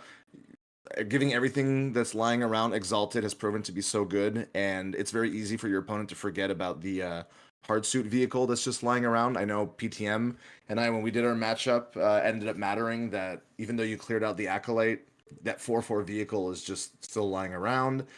Sculptor's Replica, just a fantastic sort of like a snowbally effect, you know, alongside Lost Resistor. I was looking for it there. Yeah, the board just goes wide and tall at the same time, so you really have the option of either sending in a pretty big sweeping board or just getting some absolutely huge Reborn Heralds or Sculptor Replica Golems and just beating your opponent down with Exalted triggers. So the removal you would imagine, right? Gone picking, working double duty as both removal and giving you a berry token. Swift Reproach, of course, is just like premium white removal, and down like Overload as just a really cheap one mana removal that you can kind of weave into all these early plays that you kind of have to make. And we talked at length about the sideboard on the episode, so if you want to go check that out, you'll see why we played all of those. You know, hand attack, opponent can't create tokens has never been more relevant. I think almost like so many decks are creating tokens left and right. Like we're seeing Looming Psyhawk in the main board in Caillou's list, so you know it's sideboard for some, main board for others. And yeah, Bind Life to Steel to bring everything back if you're playing against decks that are just full of removal, and Soul Guide Lanterns to just wrap up the thing. So very happy to see the list that I'm playing. Thanks to Silver for showcasing it with me. I've really fallen in love with this list. So happy to see at least one copy of it in the GP. Yeah, I haven't had the pleasure of playing with or against this deck yet, but Silver putting up results with this early. This Mm. deck, I think folks were pretty quick to point it out to me just because I was so harsh on Exalted through a lot of my set review. But there's so many little small nuances that I really dig about this deck. The ways that, you know, if you have just sort of spare artifact creatures lying around, tapping them for Cyber Yep. Soul has no real tangible cost if you're only attacking with one creature for Exalted Yep. anyways. Same Well, with you can also Sculptor's tap. Replica. Yeah, all your berries not only get exalted but can also tap for Cyber Soul. Can also tap So for Cyber Soul, and then also if they're equipped, then contribute to yep. additional damage. Yeah, this I feel like this deck just individual creatures and wide boards Yeah. simultaneously just murder people so quickly. And like aside from like a late Kitsune Matriarch in the late game, almost every other draw is pretty good. Like I felt like even when I was behind, most of my top decks were able to start rebuilding more like more than they almost should for their cost. You know, like these two drops are pulling a lot of weight when you've got like Cyber Soul that can flip real fast. So the deck felt really good. Melon is great. I think in my matchup I I sort of didn't run it out early enough because I keep forgetting that that clique is just so good, especially if you're just naming the colors that your opponent's got, right? And Yeah. the hexproof and can't be blocked, especially just lets that huge exalted creature punch in for like absurd amounts of damage. So I like the deck a lot, but we're seeing lists that seem pretty ready for it. You know, we're seeing the removal that's good against it. We're seeing cards like Pest Problem running around. Yeah, this is Looming the Skyhawk works reason to against run us. Pest So, Problem, right? yeah. So there's removal for it in the GP. But I'm happy to see it here. Yeah. Um, I'm very very keen to see how well Silver does. If for no other reason to see just how well Exalted ultimately performs compared to my Mhm. expectations. But I mean I was excited about Attuned Acolyte even with my naysaying about Exalted. And it's nice to see Silver identify this card and really put it through its paces in a lot of fun Mhm. ways. And Yeah, if folks in chat are interested and have not already, Times' channel is linked in the description below. Highly recommend going and giving that video a check out to see this deck in action and hear Silver's thoughts as well. absolutely. Up So this next, oh this is giving me a little bit of deja vu here, and it's yeah, a not going to little be the bit. last deck to do that. I think this is card for card Kayu's list, so everything that we said for that deck applies the same here in Pipsqueak's. And yeah, Pipsqueak playing control is a scary thought. I mean, knowing how she plays out in MSEM, she's really good with these kind of decks. So it's nice to see that we have our first true duplicate deck here. So. Yeah, and I feel like it's a big sign of excitement and just how open the field feels right now. That Mhm. this is the first proper duplicate deck. We've seen similar strategies, but even on things like the two back-to-back Scattering Swine decks, that felt like there was still so many different things that they were doing separate from one another. Magma's So, Magma's noticing that this is their round one matchup. oh no, Oh, Magma. Godspeed. Oh, and Chip is pointing out one more pest problem and one Oh, fewer plasma strike. So even then, thank you. slight Good eye there. deviations in the sideboard. Nice catch, Chipmunk. We're gonna need Kayu's commentary on which is the superior sideboard. Oh, and there seems to be Oh also a yeah. Temple of Origins change as well. Yeah, so two Temple of Origins here for Pip, and then Yeah, Caillou, yeah, not on Temple, on Shockland on Lucent Basin. Lucent Basin. Yeah, right there at the bottom. Okay, Yeah. so some slight differences, but the main board, pretty similar stuff. So we're gonna see which is the superior white blue control as time goes Yeah. on in this GP. Only the deck that performs better is obviously the correct build of the deck. Yeah, No, matchups these don't matter. It's just match. whoever gets further wins. Go. Yeah. I mean, I could totally see them both making top cut. This deck is scary. I want to see So, the mirror match. oh no. I mean, it helps that they're no longer on Shang Fa, so Psyhawk Yes. doesn't necessarily have like Oh an gosh. edge case in that regard. And Dutiful Wanderer being changed at the start of the month to no longer make tokens means Psyhawk doesn't shut her down either. Yeah. Um, I feel like All Wanderer right. might actually be really good in the mirror, specifically because it's just an annoying 3/3 double striker. Like Yeah. your planeswalkers kill your opponent over time. Yep. All right, this is probably there are so many decks I was really excited to dig into. This might be the deck I'm most eager to see how it plays out. Tomas has been the champion of Stratustorm in this first week. Yes. I I mean, isn't think their name on the channel just straight up Strat? Am I yeah, it's misremembering? it's Is that? Stratustorm with this particular capitalization because Yeah. those 5 capital letters are the letters that spell out Tomas. Oh, I didn't Yeah, notice it's that. great. And it's why they changed their name to Stratustorm. And they've I been putting up I some good results with this deck. Um, This It's deck, a very cool deck.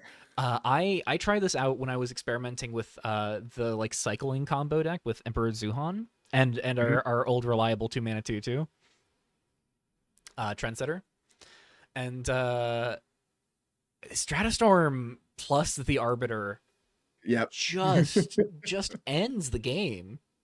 Like not in a way that like it kills you outright, but Stratustorm copying Arbiter's abilities means you get to uh, immediately untap all your lands and make more mana, which can let you develop another Stratustorm or develop something Yep. else, can run out another Planeswalker after the Stratustorm to get one in play. I have seen, I believe I saw at one point Tomas got to go Stratustorm, copy Arbiter's ability, untap lands with the mana that was floating before untapping the lands, cast an Arbiter from hand, and then do Oh my gosh. the tuck hands away, draw 5, opponent draws 2. I briefly mentioned earlier today, because someone was talking about like pitching a combo deck for Tomas, and I was like, Stratustorm can do combo things because you flicker Stratustorm and have it copy Mhm. Arbiter's abilities, have Arbiter untap Yep. your land so your flickers are mana positive, and then when you run out of flickers in your hand, instead just have you draw 5, your opponent draws 2, and your opponent's just not going to have a whole lot of action to stop you from doing whatever you want to do. And then I'm looking at like just the side thing, like the Cybersources, the Phantom Interrupts, and like Dark Horse Victory here as well, right? Like Yeah, and this there's a is lot of angles here. Yeah, and it's like Dark Horse Victory getting to pull that double duty of being the, sudden giant stat bomb with Interrupt and Mhm. Cybersaurus, and being the sudden Yep. threat immediacy of the Planeswalkers. And you don't need Dark Horse Victory for any of those things to still do work. Phantom Interrupt is Yep. still just a perfectly fine cantrip. Cybersaurus is still a perfectly fine counterspell. Mhm. Your Planeswalkers still do fine stuff in the graveyard with Stratustorm. There's just enough Yeah. little internal synergies. Chromatic Rift, getting to pull double duty both as a clean board wipe, but also potentially, clear away your opponent's mono-colored creatures while swinging in and clearing the way for your Phantom Interrupt. Mhm. Terminal Just Impact, potentially paying off all the mana you're getting from Arbiters. Shigane Manor Burns to tee up a Dark Horse Victory or Stratustorm on turn 3. There's just so much to love about this deck. I'm really loving it the more I'm looking at this list. Yeah, I have a lot of decks that I'm loving. I I say this with so much love for so many of the other decks in the field. I think my like dream scenario for this GP, as much as I would love to win a GP, my dream scenario is Tomas just gets to rock it with Stratustorm. I want to see this deck win big. I think this deck could totally win big. Um, Panders mentioned in chat, I feel my cell leave my body when I see Stratustorm +1 and Arbiter hand Yep. refill. Yep. Right there with you. Yeah, Stasis mentions Arbiter plus line on turn 3 is disgusting. And like, if you get to Shigane Manor Burns into Stratustorm, discarding Arbiter, and then +2, draw a new set of 5, and your opponent draws 2. How would you like to mulligan your opponent on turn 3? how, Ugh. how do you feel about Time Twister, but your opponent only gets 2 cards? I mean, if I'm the one casting it, I feel great. Yeah. That seems so profoundly demoralizing. And Zangi brought up a long time ago, by the way, that there's one of the quenches has the alternate mode to also hit activated abilities, but I don't think I've seen it in any decks. yeah, I haven't seen any So Deft Deflections yet. yeah, I mean, I've seen Folks who Omen, and want it have been playing Omen, yeah. yeah. So I mean, yeah. Yeah, so this deck gets to benefit from folks still leaning on Omen over Deft Deflection. And I feel like one of the scenarios here, and Caillou mentions this deck is also really good at grinding and playing the fair game if need be. And we've got Yep. like you just if time goes by and you just need to start dropping your big creatures because you're playing the control plan, and like you're just throwing your opponent off and not letting them fully develop onto the board, your big creatures are 7 mana. That's not outside the realm of possibility. The Yep. Arbiter is 7 mana, not outside the realm of possibility. Well, I mean, just look at Stratostorm. It's a 4/4 flying vigilance for 4 as a baseline. Yeah, Like absolutely. Like one of the things that just worst case, I punch you with it and you yeah, die, right? Like worst case, and it's Sarah Angel one turn early. yeah, Yep. Like the floor on Stratustorm is just so stellar. Yeah. Um, yeah, this deck is so sweet. Yeah, like Pender said, there's one contest coordinator in the sideboard. Yeah, it doesn't Yeah, need it, but it works. It grabs virtually everything you would need in this deck. But yeah, there's one in the sideboard. Um, that's pretty much that. yeah. We see purely Primal Fisher plus shocks in the mana base Mhm. here. No messing around, just wants as many blue sources as possible. Which makes sense. You know, you've got the Yep. white for Stratustorm, for Wanderer, Shengfa, and Dark Horse Mhm. Victory. But otherwise, and Chromatic Rift. But otherwise, like, blue is how you get the job done. Yep. All right. Lilithor is on Rib Soldiers. Is this not an It's not exact? exactly the I same. see. I No. see the fourth copy of Spirit Realm Medallion. I Yeah, and see. I the see only sludges are in one copy of sideboard. Sludge in the main. There's Yeah. others in the sideboard. Yeah, that's what I'm noticing as well. Dragon to the Dark. I do not believe was in No, Chipmunk's build. that's. I think that's one of the biggest changes. Really, is just the drag for the sludges, and then I have to scroll up real quick. Um, yeah, and I It's don't know.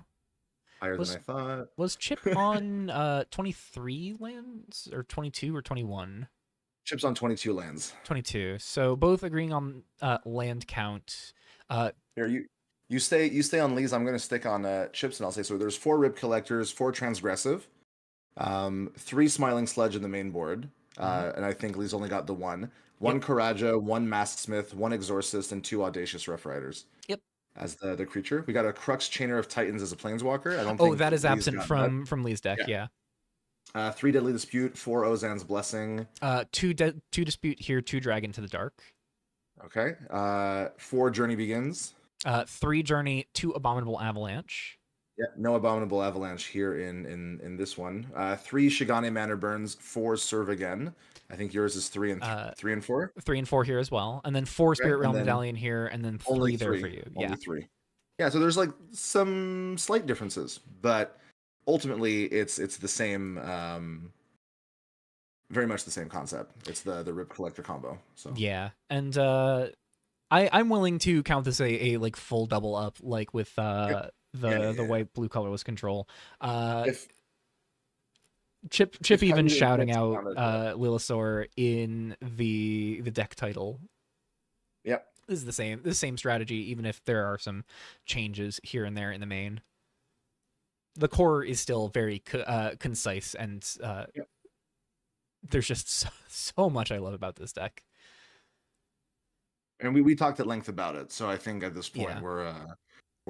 we've praised the nuts that is this deck's options. Yeah. Um, I'm interested to see what's going on here. I was gonna Kumrak, say there's some Kumrak, cards that you probably like here. Cartographer's Engine. There are definitely some cards I like here, and obviously, Ignited Soul Fabricated Anomaly. The card I like most here, Cartographer's Skill. Yeah. One of the first things I spent a lot of time trying to make work in the first day or two before I started jamming a bunch of League was theory crafting around Cartographer's Skill. I love this card so much. I think the ceiling on this card is so high if you can get the deck to be perfect Yep. around it. I started messing around with 5 color builds that were on Kanai Stone to trigger it on the opponent's turn and get Mm-hmm. your wish to go find Kanai Stone or Cartographer Skill and try and get 4 Mm-hmm. colors in play to get that to happen more reliably. And then you play those 3 mana board X cost board wipes that are multicolor and get to just have so many different funky weird lines. And it all just felt a little too like there wasn't enough happening. Mm-hmm. Kumrak has been a major player on these play a single innocuous 1 mana 1/1 that generates value in some capacity by looting or rummaging, and then otherwise the rest of the deck is just a pretty hard control shell. Yep. And we are seeing a pivot away from hard control with Cartographer Skill and Leyshard starting to introduce more of a ramp element, but there is still very Mm-hmm. much the hard control angle here. We got Giyama, Scion of Kage. Kage. I got to break myself of that. Caillou says they're also a Cartographer Skill enjoyer. God, I love that card so much. It's a cool card, and you said the ceiling was great on it, but the floor is fine. It's got cycling green. Yeah, this is ramp and get more ramp later down the line, or just cycle it Hmm. for green if you really don't need the ramp right now. Hmm. Yep. And yeah, the removal's great. Yeah, Caillou mentions Kumrock has been largely an Esper Control one trick, has done a lot of. Oh God, Chip, don't you dare invoke that. Yeah, someone just brought it. I was about to Yeah. say, I'm like, well, there's Chronicle. Like, yeah, you're gonna flashback Chronicle. Yeah, you're gonna flashback Chronicle. There's my least favorite card in the format. I've ranted on end. I don't know how familiar you are with my feelings towards this card. I don't like that the I am flexible now. interaction tool. I don't like that the flexible interaction tool is just so good at completely shutting the door on games. The Hmm. fact that especially the flashback mode just utterly ends games and completely robs the opponent of being able to do anything, and not even in the way of just killing them, but actually just completely removing all hope and forcing them to just kind of sit there while you gradually kill them Uh-huh. with ignited soul. Um, My like only experience with Chronicle of Extinction is like the last couple of months I've been tuning into Phil's decks because he's been on ramp, and like yeah. Vorpal Titan is one of the few cards that I've designed that are somehow in the format because someone decided to reprint it into a set even though it was pulled from my custom vintage cube. So Yeah, I anyway, remember shout hearing out to about that. Vorpal Titan Shout out to being Vorpal here. Titan. uh, And so I do I think got to Vorpal see Titan is better Chronicle. positioned in this field, so I'm surprised we haven't seen any of it in some of these slower ramp decks. Because people are on more duels. We It's have still a a big much better ask, mana right? base. It is It's still a still an big ask, though. expensive, Yeah. and it doesn't have trample. I mean, it's a 10/10, but it doesn't have evasion, doesn't have trample, doesn't have protection. Um, Yeah. so unless you're really ending your opponent's mana base, um, I can see why people aren't necessarily on it here. We do have players wondering about the lack of terminal impact, though, in this with Yeah. this sort of ramp. Yeah. Terminal Impact is just really good at spending the mana that you might have available to you. Um, There's no. It's Crumbling Tower is the number of cards exiled with it, so it's not quite the same. Yeah, not quite the same. Is just sort of like as you have cards you don't play with the Crumbling Tower, it Yep. becomes more potent at killing the opponent. But I feel like in a way, I almost wonder if the put a bunch of mana into killing the opponent. It's just not how Kumrock rolls. Kumrock Hmm. wants the grind. Kumrock wants and we've seen this through Caillou mentioning, the Esper one trick. They've been playing Esper control for several months, and it's just they grind out the match. Well, And I caught one of Kumrak's matches, I think, earlier, and I blinked for a second. I was looking at the board state, and the amount of counters that was on like sifting through soot and stuff like that was a little hard to like just process. oh So, yeah, this thing just even with the nerfs to how it gets counters and no longer triggers on itself entering, mhm, and no longer uh nowhere near as effective as it once was on mhm. the final activated ability. Um, But yeah, but yeah, good no, this stuff. is just so good still at keeping you alive. So excited to see other people deal with this. My experience with playing against Kumrock is going to be a long game, and you're probably going to have a hard time winning if you're on some sort of Creature Matters deck, which I am. So I will salute anybody else who plays against Kumrock, and hope Yeah, for that sure. they enjoy fighting against Kumrak, and I will watch it from a distance. And I will say, while it is a shame to not see the terminal impact here, I will shout out the one copy of Spiteful Banditry. I have actually liked Yeah. this in a little bit I have played of it, and I hope folks do start adopting more copies of Spiteful Banditry in especially ramp leaning decks like this. I think Banditry does a lot of cool things. Hmm. It's the X. Yeah, it's the X sweeper. Yeah, yeah, yeah. Yeah, Good stuff. good stuff. Cat and Tree. On the deck we know them to play. This is I'm loving the name. Overwhelm them as long as they don't have the bird. as long Well, as they there's a don't lot have of the bird. birds. There's a lot of birds lying around, I will say. Oh, I know exactly what bird it is, and it's It's the Psyhawk, right? Psyhawk. Yeah, Yeah. this This is all tokens. is Naya tokens. Ao the Great Equalizer in a full playset. Playsets of Ruins Awaken, Edgeland Pledge, Sparks of Yep. Revolution, Harmony with Nature. I don't think. Oh, Or, there are two changes here. Portal to the Spirit Realm as a bit of inevitability. mhm. Um. Oh, Kai, you said guess who they matched into? I'm guessing up against you. Caillou. And Futurist Ideal here is quite nice. Oh yeah, both for the anthem and the hand attack. You know, take away Yeah, your it's just opponent's interaction, put them mhm. tax them for wanting to play their interactive tools, or even just as a 3 mana anthem. This deck puts a lot of stats onto the board through a lot of individual creatures, and there is just a strong aspect of inevitability here between Harmony with Nature and Portal to the Spirit Realm. Mhm. So just gets to keep pushing wide, put a lot of enchantments into play. You would know better than I would. I'm surprised. You can tell me like probably wouldn't fit. What's the one that makes the 2/1/1 of creatures of your choice? There's one that's haste, one that's trample. Is that too little for the EO? The ragtag, right? Ragtag squad. I think the reason for avoiding Ragtag Squad, uh, I can't speak to it exactly. I think Cat and Tree would ultimately be the best person Yep. to ask about that. I think it is just a case of there is such a desire to have as many enchantments as possible that generate Okay. bodies, Yeah, yeah, specifically yeah. Okay. for Harmony with Nature and now Futurist Ideal as well. And so at that point, you need your The density. non-enchantments Yeah, yeah, yeah, yeah. to specifically be Okay. Yep.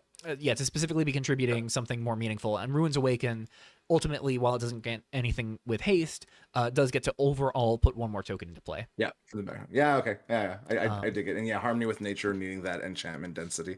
yeah. Yep, worse than runes. Yep. Um, yeah. We see Change Allegiances in the sideboard here. Yep. Once again, makes sense. A lot of really important enchantments. Buy that back if it gets picked off. Or pick off one of your opponent's enchantments depending on what you need. Zakros Decree is quite nice here. Zakros Decree is quite nice. Sensor Tablet over any of the other graveyard hate pieces as Mm-hmm. well. Someone's bringing up like surprise at no Kitsune Matriarch, and it does seem nuts because I obviously we're making like a ton of tokens. I guess looking at the list, it's If I had to I don't guess, know. it's It's just a focus it's on not as good of a top. specifically. Yeah, like it's like what I mentioned for Ragtag Squad, where I think the focus here for Cat and Tree is just kind of focusing on Mm-hmm. as many enchantments that put bodies into play as possible, and then from It, there the few outliers need to contribute something specifically meaningfully to the deck as much as yeah, possible. And while Matriarch is kind of nuts with EO though, right? Because it's base power and toughness, so it for yeah, sure, I don't know.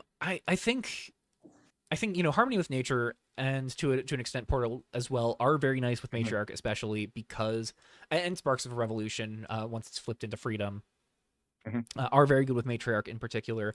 But I do wonder if maybe the avoiding Matriarch is largely to do with wanting one of the things that this deck is so good at is just blanking targeted removal. Your targeted removal always Yep. feels a little more awkward if you're just picking off 1/1 tokens. Yep.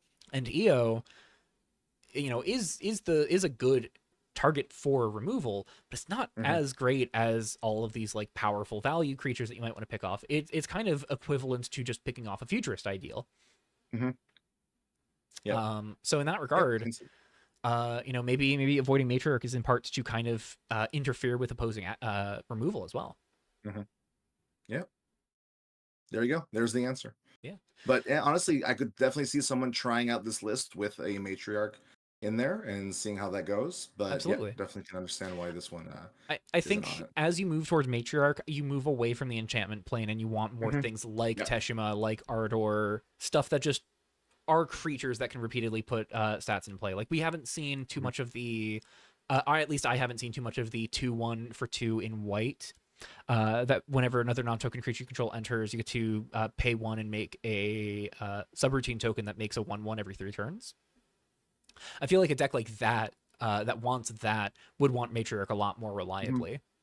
And, Mhm. Matriarch loves that card because that makes an enchantment token whenever a non-token creature you control enters if you pay the 1, and then makes a 1/1 every 3 turns moving forward. Yep. So could see more experimentation with that moving forward, but for now, this is very similar to what Cat and Tree has brought in previous tournaments and looked pretty good in those tournaments. So Mhm. we'll see how All right. Portal and Futurist Ideal help it. Our next deck, Styles. I'm happy Styles made it in. We've got Terra 99 Promo Diamond. It's a white blue control deck, right? Like, Yeah, this is white blue um, control. This is very yeah. similar to white blue control we've seen in the past. Benthelos is of course one of the best white blue control tools we have.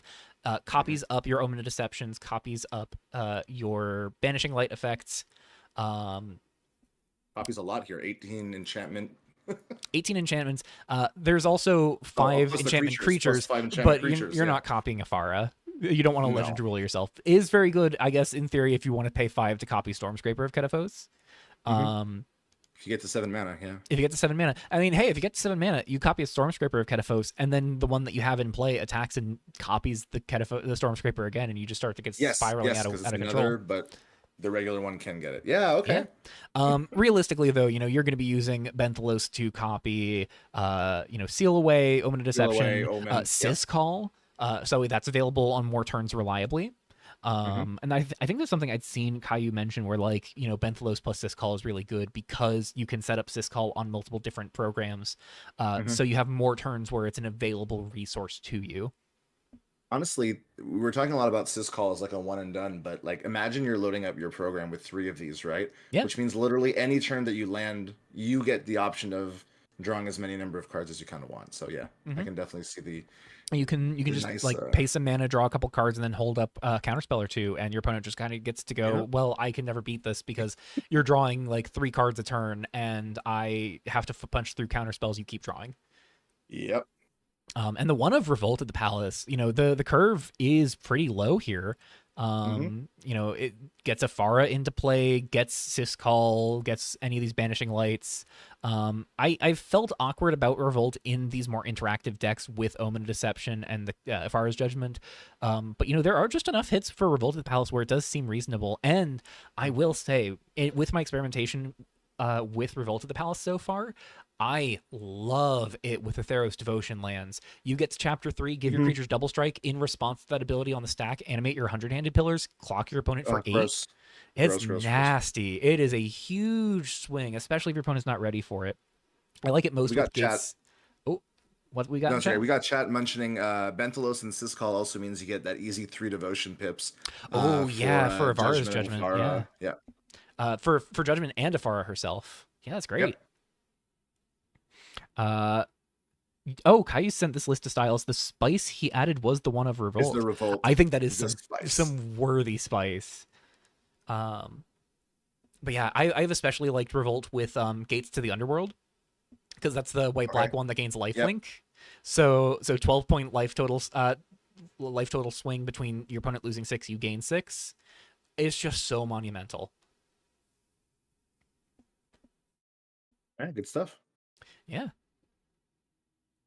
Sideboard looks pretty solid with things that I would, nothing stands out too much. Yeah, I say this with Cyhawk, Strike, Swift, yeah.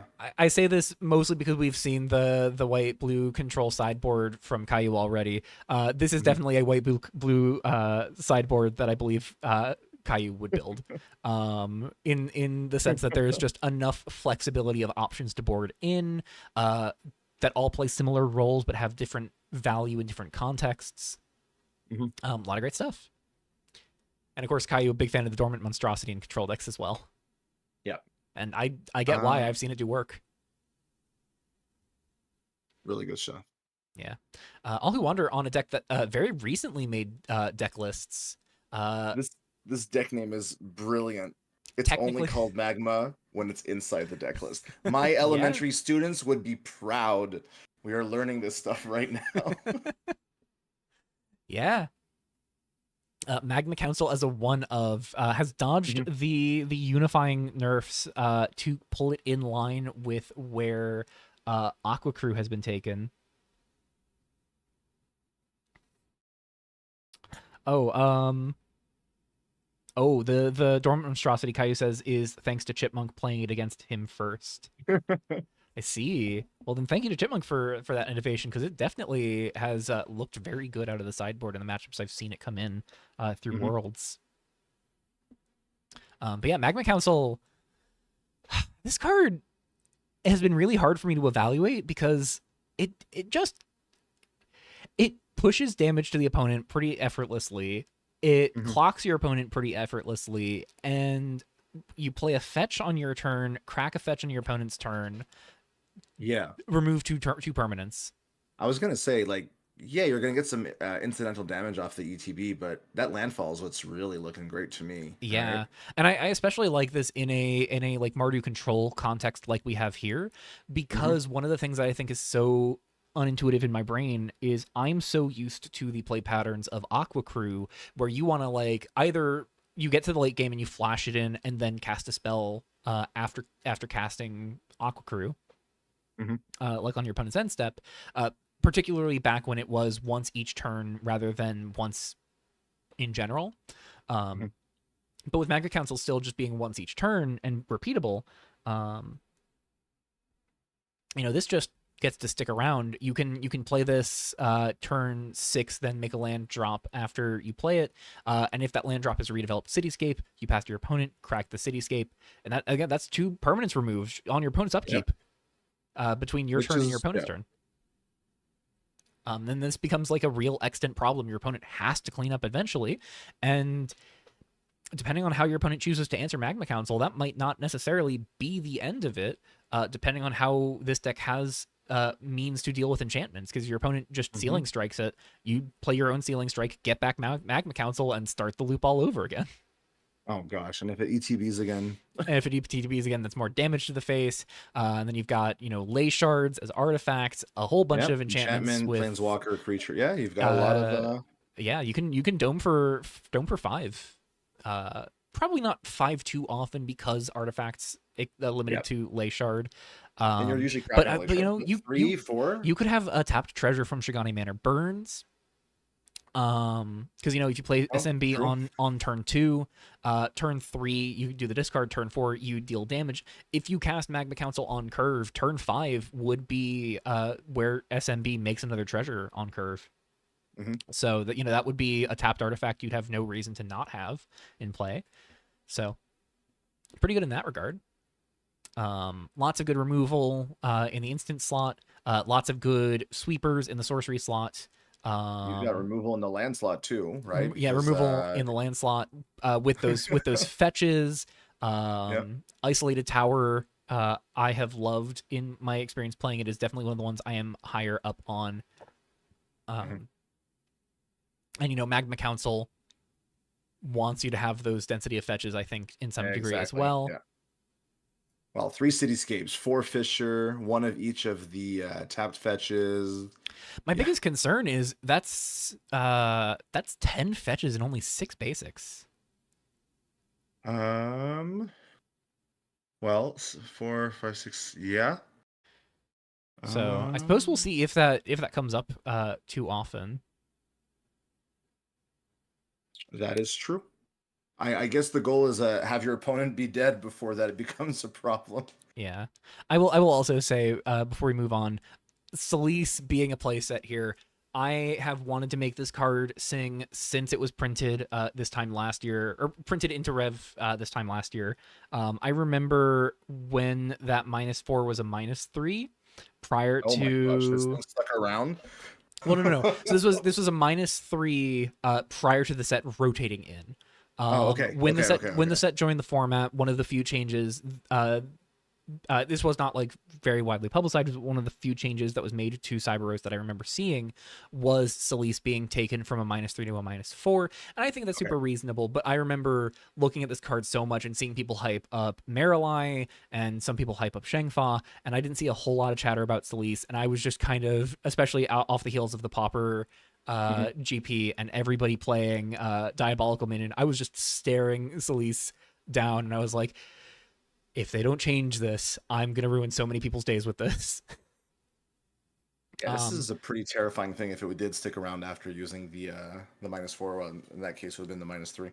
Yeah, and I think like having that modal option of Celise is just a draw engine that can occasionally shoot down your opponent depending on the cards in their hand, Hmm. or just being that instant hand rip spell. You can take away 2 or 3 cards depending on how many cards are in your opponent's hand.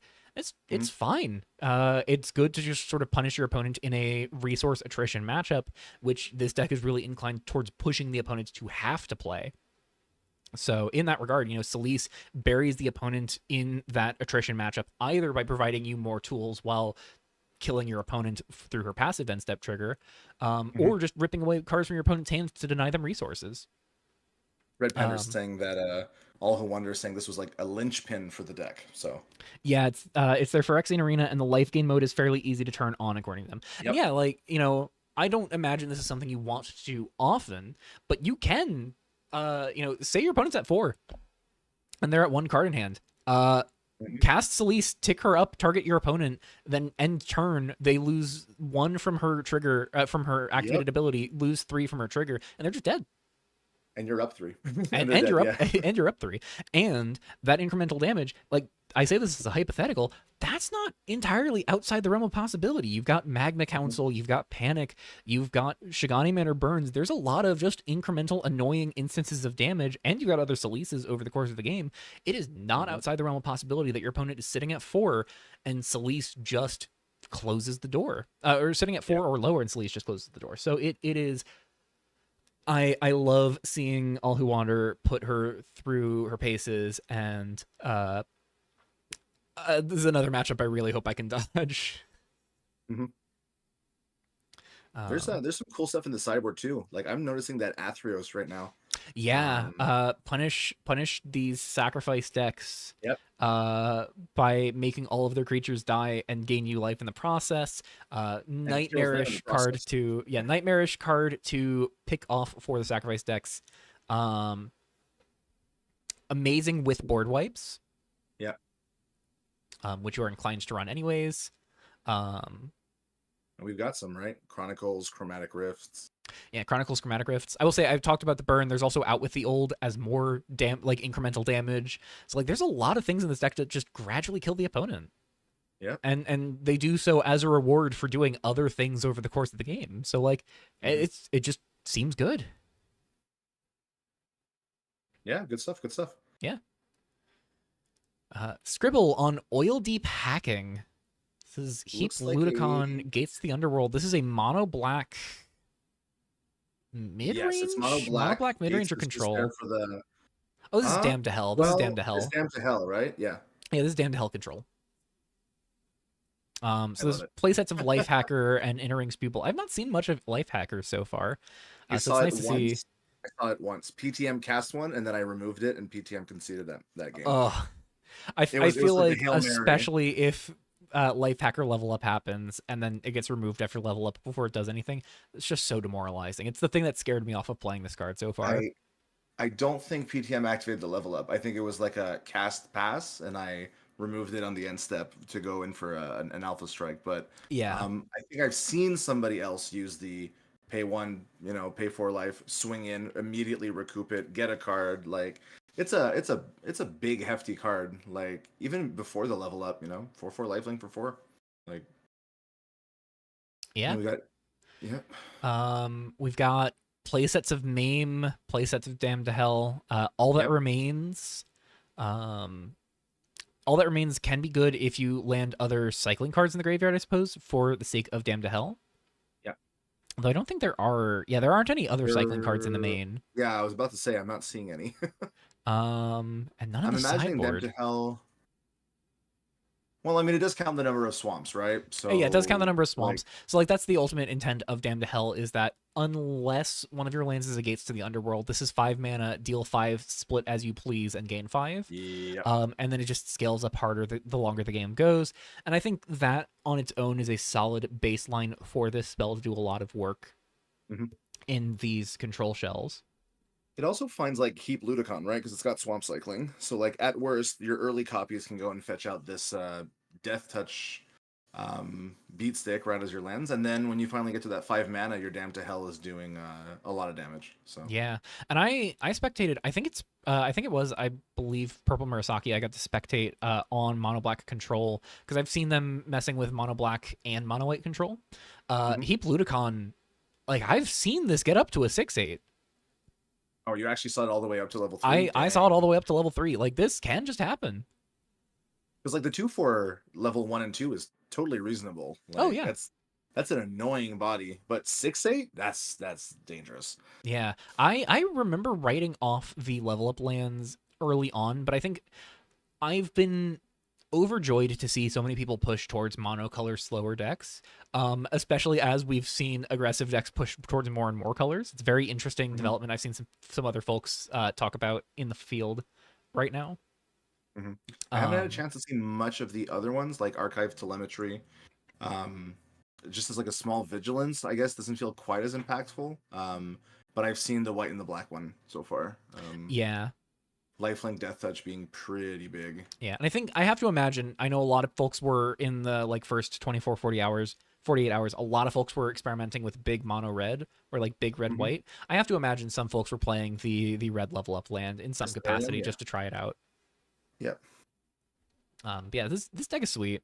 Um, just gonna just try and remove as many things as you can. Tiny little synergy. I don't know how often it will come up, but Path of Phalanx Chapter 2 draws you a card with a leveled up Life Hacker. Ooh. So that can be kind of nice. And of course, if you can level up Life Hacker, if your opponent has nothing to stop you, this is 4 mana. You lose 4, Uh-huh. gain 5 back, and then draw a card, and then every turn afterwards you don't have to pay more life. If you really want to push it all the way to level 5, you could. I see no real need to, like, just put 1 level up counter on this, and then it's a 4 mana 5/5 that draws you a card every time it hits, Yeah. every time it blocks, every time it does anything in combat. It's going to draw you a card, and I think that's just enough on its own. So It's yeah.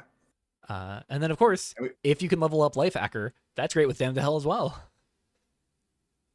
yeah. Oh my gosh. Yeah.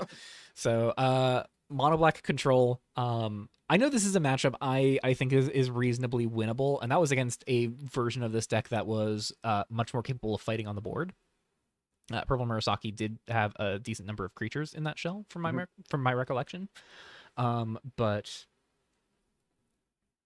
uh Shipmonk says life hack transcends the That limits of your transcends. mortality. Yeah. Oh no. Cool Beans D&T. Hello and good lord. Mystery Egg. What is Oh happening my gosh. here? Green, white, death and taxes. We've got 2 creatures above the 3 mana slot, for above the 2 mana slot. For everybody who was on those token decks, so sorry to say, place at a Looming Psyhawk I was in gonna the say, main. yeah, it's right there in the main board. Yeah, in the main, playset of Um, survivors, and then we've got playset of assert mediator. uh, Virtualized Onomastics also in the main board. Yeah, onomastic with Ozon's blessing, army Actually, there's like reserves, everything. Onomastics, Stellar Witness, Army Reserves, Matt Smith in the main, Looming Psyhawk in the main. gleaming That egg is gonna find pathlighter. some stuff. Gleaming Yep. pathlighter is crazy. I I I'm still very dubious of mystery egg. It was a card I'd seen some excitement for in. Oh, I lost you there. Oh, can you hear me? Hello, hello. Uh, Folks, I'm gonna pop out a call real quick and then pop back in. Hello.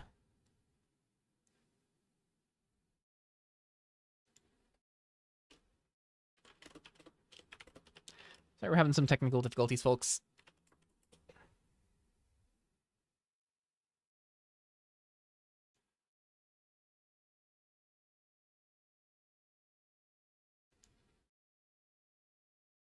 Time's dead. No. Oh, Wi-Fi's glitched on Time's end. They said it will be back up. All right. I saw Stasis comment.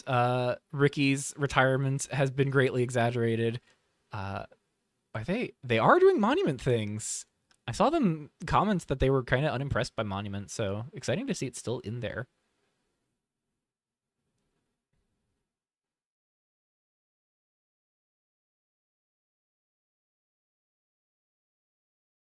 All right. I'm back. Oh, hey, hello. So I don't know if anybody else's Wi-Fi does this, but when it hits midnight, my Wi-Fi turns off for 30 seconds and comes back on. every night. That's curious. I don't think Um, it's supposed to work like that, but it does. it doesn't sound like that's supposed to happen. Sometimes I can still hear his voice. Caillou's hallucinating me at this point. Yeah, I mean, it's a shame I'll have to continue the rest of the stream alone. I know, right? It's okay. We're Anyways, back in. We're back in. What did I miss? What did I we're back miss? in. Not too much. I kind of paused while we handled technical difficulties. I mentioned Stasis's comment that Ricky's retirement was greatly exaggerated. Exaggerated. Yeah. I took a little brief glimpse ahead. But for now, let's get back to cool beans on this D&T list. I like a lot of the synergies here. Stellar Witness with Assert Mediator. Witness in general, I feel like Stellar Witness just looks so good right now with all of the things people are doing to spend their mana without casting spells. Mm-hmm. Um, We got without casting spells specifically from hand. I think one of the biggest shockers for me as we get closer and closer to the bottom end of the deck lists, I am stunned to see 0 copies of Wade Through Spores.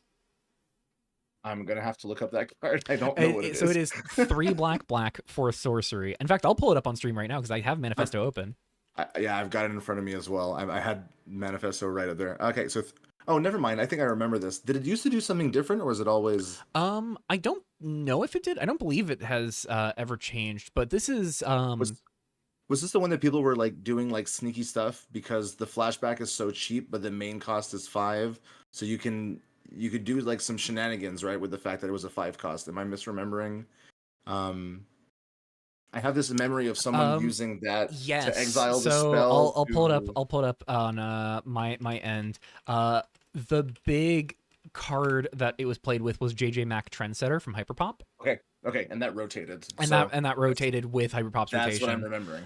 But JJ Mack cared about exile an instant sorcery you control with mana value X, and you can either gain 3 times X life, draw X cards, then discard, or put X counters on Mack. So Mack's a 4/4 for 4 with flying, immediately just its own relevant threat, and then a 1 mana Wade Through Spores can either gain you 15, draw 5, discard a card, or make Mack a 9/9 on attacks. Yeah, okay. That's what I remembered. So I watched a little bit, and I believe I recorded an episode on the channel a few months ago for that deck. So I was like, I'm getting. You said Wade Through Spores. The name meant nothing. I looked at the card, and I'm like, wait a second. I'm getting flashbacks to something gross. Yeah. So I was so bracing for Wade Through Spores being much more popular. I know there was a lot of hype around Majesty, which is one of the new triple pip enchantments in the like villainy cycle. Yeah, there's not a single copy. The red green enchantment where you get to flashback Wade Through Spores, and while you're at it you make a 4/3 for your trouble. Didn't see any of that here yet. Well, I just did a Control F. There's no Wade Through Spores in the GP. Yeah. I think if I tinker around more with what black could add to something like the Looter Stompy deck, that could easily be something I include in the same vein of the 1 mana Impulse Draw. Just because having things you don't mind discarding seems good. It does. Yeah. Like I said, it's the half card thing, right? Like, yes, you're pitching it, but you still have a backside that's not horrible or unreasonable, right? Yeah, and it's like it is something you can discard to your looting effects, discard to anything that asks you to discard a card, and then in the process, it's 1 mana, rip a card from your opponent's hand. Like, that is proven, even if you never crack Vinax's touch, 1 mana, make your opponent discard 1 card and lose 1 life, has proven itself to be really good, even if it never does anything else. So in that regard, I'm surprised to see no Wade Through Spores, but I think even without them, Stellar Witness still does a lot of really cool things. Bullies the blue-red Spell Slinger deck really hard because of all of those flashback spells. I mean, it's obviously MSCM suffers from it in a much greater capacity because 15,000 cards, 20 players, but it's still the fact that so many cool cards to play, right? you've just got a certain amount of players, so there's always cards that'll Yeah. will slip through the from month to month, right? So And it's a testament. Like, we have 29 players in this GP, hmm 7 sets. We've seen very, very minimal overlap between archetypes, and even when we do see archetype overlap, there's still a lot of differences between the main decks. yeah, So it's many been the two, powerful right? tools that have been absent. Yeah, we've seen like 2 cases of Rib, more full rib to overlaps: rib, Rib and and white to white blue Caillou colorless. Caillou control. Caillou control. Yeah. Um. It's actually that's actually a fantastic thing, honestly, and that's just props to see how like even though it's what 7 sets, like the card pool is just so deep, and there's just so many cool things you can be doing. Absolutely. And Chip compares Wade Through Spores to Flashback Raven's Crime. Raven's Crime, yep. Yeah. What if Raven's Crime dealt one to your opponent? And I think unless you commented, I missed it because it was a few lines above. But Ozan's Blessing in the Death and Taxes list, pulling an Yeah. instant speed Pathlighter is fantastic. Yeah, pulling the Yeah. instant speed Pathlighter to hate on graveyards, pulling instant speed Narzi out of the deck, or I guess Yeah. always instant speed with Narzi, but pulling her out of the deck to just always protect something if you need protected. Same with Menelea. Menelea able This to feels so provide cool. more damage on board off of Ozon's Blessing as well. Mask Smith being graveyard hate, artifact hate, enchantment hate, recursion off of Ozon's Blessing all at once. Mhm. Army reserves coming off of Ozon's Blessing and locking down one of your opponent's creatures so they don't get to attack anymore. And All yeah, of this Stasis, just so great. three white blue base control, but I think we can call Styles' list slightly different, right? It's Yeah, Benthelos and there's enough going on in Styles' list that's different from the white blue colorless decks, where the white blue colorless decks have more of just a, I feel like generic good stuff's not a kind descriptor in a lot of cases, but I think it's accurate, and I say this with respect for the deck. It is very a generic good stuff shell, and the Benthelos white blue control deck without Ziv does lean into more enchantment synergies. Yes, it is also Caillou also control. Caillou control. I mean, listen, the white blue enchantments deck was Caillou's world's winning deck, so it is Caillou control at the end of the day. Alrighty. That's fair. But yeah, Cool Beans D&T. This deck looks rad. I'm glad to see stuff like Assert Mediator getting play. I'm terrified to see Onomastic getting more play in the main. 4 copies. Oh my gosh. 4 copies in the main. All right, we're coming down here to the last 4 decks already. Yeah, it's already been 2 hours of recording. This is a blast. I'm looking forward to these last couple here. I'm seeing some pretty spicy stuff. Yeah. So Ricky, rumors of what was it? Rumors of his retirement were greatly exaggerated. Yeah, greatly exaggerated. Of course the big talk of the town was with Hyperpop rotating, Grand Continents goes with it, and with Grand Continents leaving, Ricky's reason to play Revolution is gone. But they're still giving the format a try. They've still got some things to mess around with.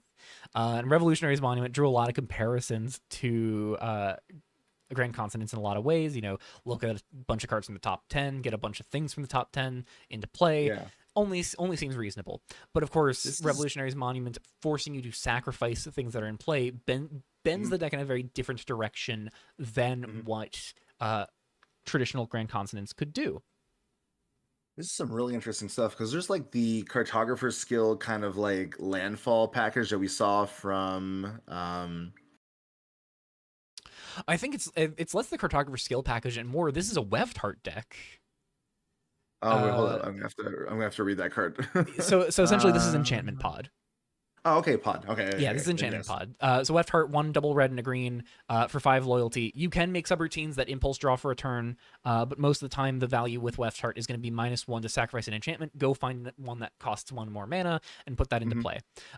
So there's 1 Harmony with Nature, playsets of Shigane Manor Burns and Research Grant, 1 Crumbling Tower, 1 Confronting Times Jailer, 1 Cartographer Skill, and 3 Panic. And I think a lot of the cases where we're going to see Weftheart really thrive here is going to be turn 2 Star-Studded Sagittar into attack, Equinox Mark, cast Weftheart off of red, red, green, green, and then Weftheart away Equinox Mark for Panic. And then you get to have a 4 loyalty Weftheart in play as you untap on turn 4, and then Panic procs as you go into program A, and immediately get that 4/4 on turn 4. You can also left heart into Koyos Spirit of Karta because that is an enchantment planeswalker. You can go turn your panic into a Stormscraper of Ketaphos or a Krufix Farseeing. You can turn your Research Grants into Fabricated Anomaly in the main, turn your Star-Studded Sagittar into a Fabricated Anomaly, or into one of those Crumbling Tower or Confronting Times Jailer. You We got can... chat's talking about fabricated anomalies into cartographer skill. Looks like, what's Caillou saying? Ricky cut a shrine to Krufix was in the original build apparently that was sent, but looks like that's been cut. I see. Shrine to Keranos, I believe, because that's the one that you get to rummage, or I think it's rummage. Yeah, Krufix just makes a 3/3. Yeah, I think we're talking about Shrine to Keranos. But yeah, Keranos, Shrine to Keranos is so good. But I could see some all caps Shrine to Keranos. Caillou. Thanks, Caillou. But yeah, I think this deck's really sweet. The deck Caillou sent to Ricky, I think this explains a lot. Ricky is very known for popping the message in GP chat every time the GP is announced. If somebody builds me a deck with the Grand Consonants, I'll play it. So this is like a long running thing, like even in MSCM, right? The idea, or like, was it Ricky who does this? There's also Datacorn, who has also got like the kind of if someone builds me X, gotta keep the players fed. Ricky says, Caillou gave me a ramp deck and I jammed Monument into it so I can make the consonants joke, probably making it worse in the progress. I mean, I think that's left to be seen. And I think in some ways, I'm almost not sure I necessarily agree, because I think there are big splashy things Monument could do with turning your early dorks, your Star-Studded Shazatars, your Elrond and Visionaries into more relevant bodies long term. I think the really the only awkward sticking point is Fabricated Anomaly. Like, you can't turn the puzzle box into anything because your only artifact is Revolutionary's Monument, and you can't put new golems into play. Well, all your enchantments turn into Stormscrapers, Krufix, like they're enchantments. You get to put more panics into play. You can put Confronting Times Jailer into play. There's good stuff here. Yeah. 3 Terminal Impact is the only non-permanent in the main. I mean, yeah, you're a ramp deck. You're a ramp deck in red. I like that if ever, I mean, this is super niche, but I like that if Time Bubble ever pops up off of Confronting Times Jailer, you can pop the bubble with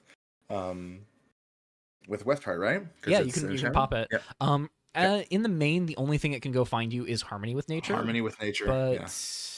And it looks like there's no real options for anything. Actually, then I guess it's... Never mind. If there's one copy of Harmony, it's not going to come up too often. I feel like it's something that could come up, because Harmony is still worth going to find in its own right. And you can go find Harmony with Nature to get another sequence of draw 2 off the Confronting Times Jailer, and then pop the Times Jailer once you draw 2 the second time. I think oftentimes, though, you're going to develop Confronting Times Jailer on turn 3, phase something out, it immediately phases back in if it's your opponent's permanent. It doesn't really matter.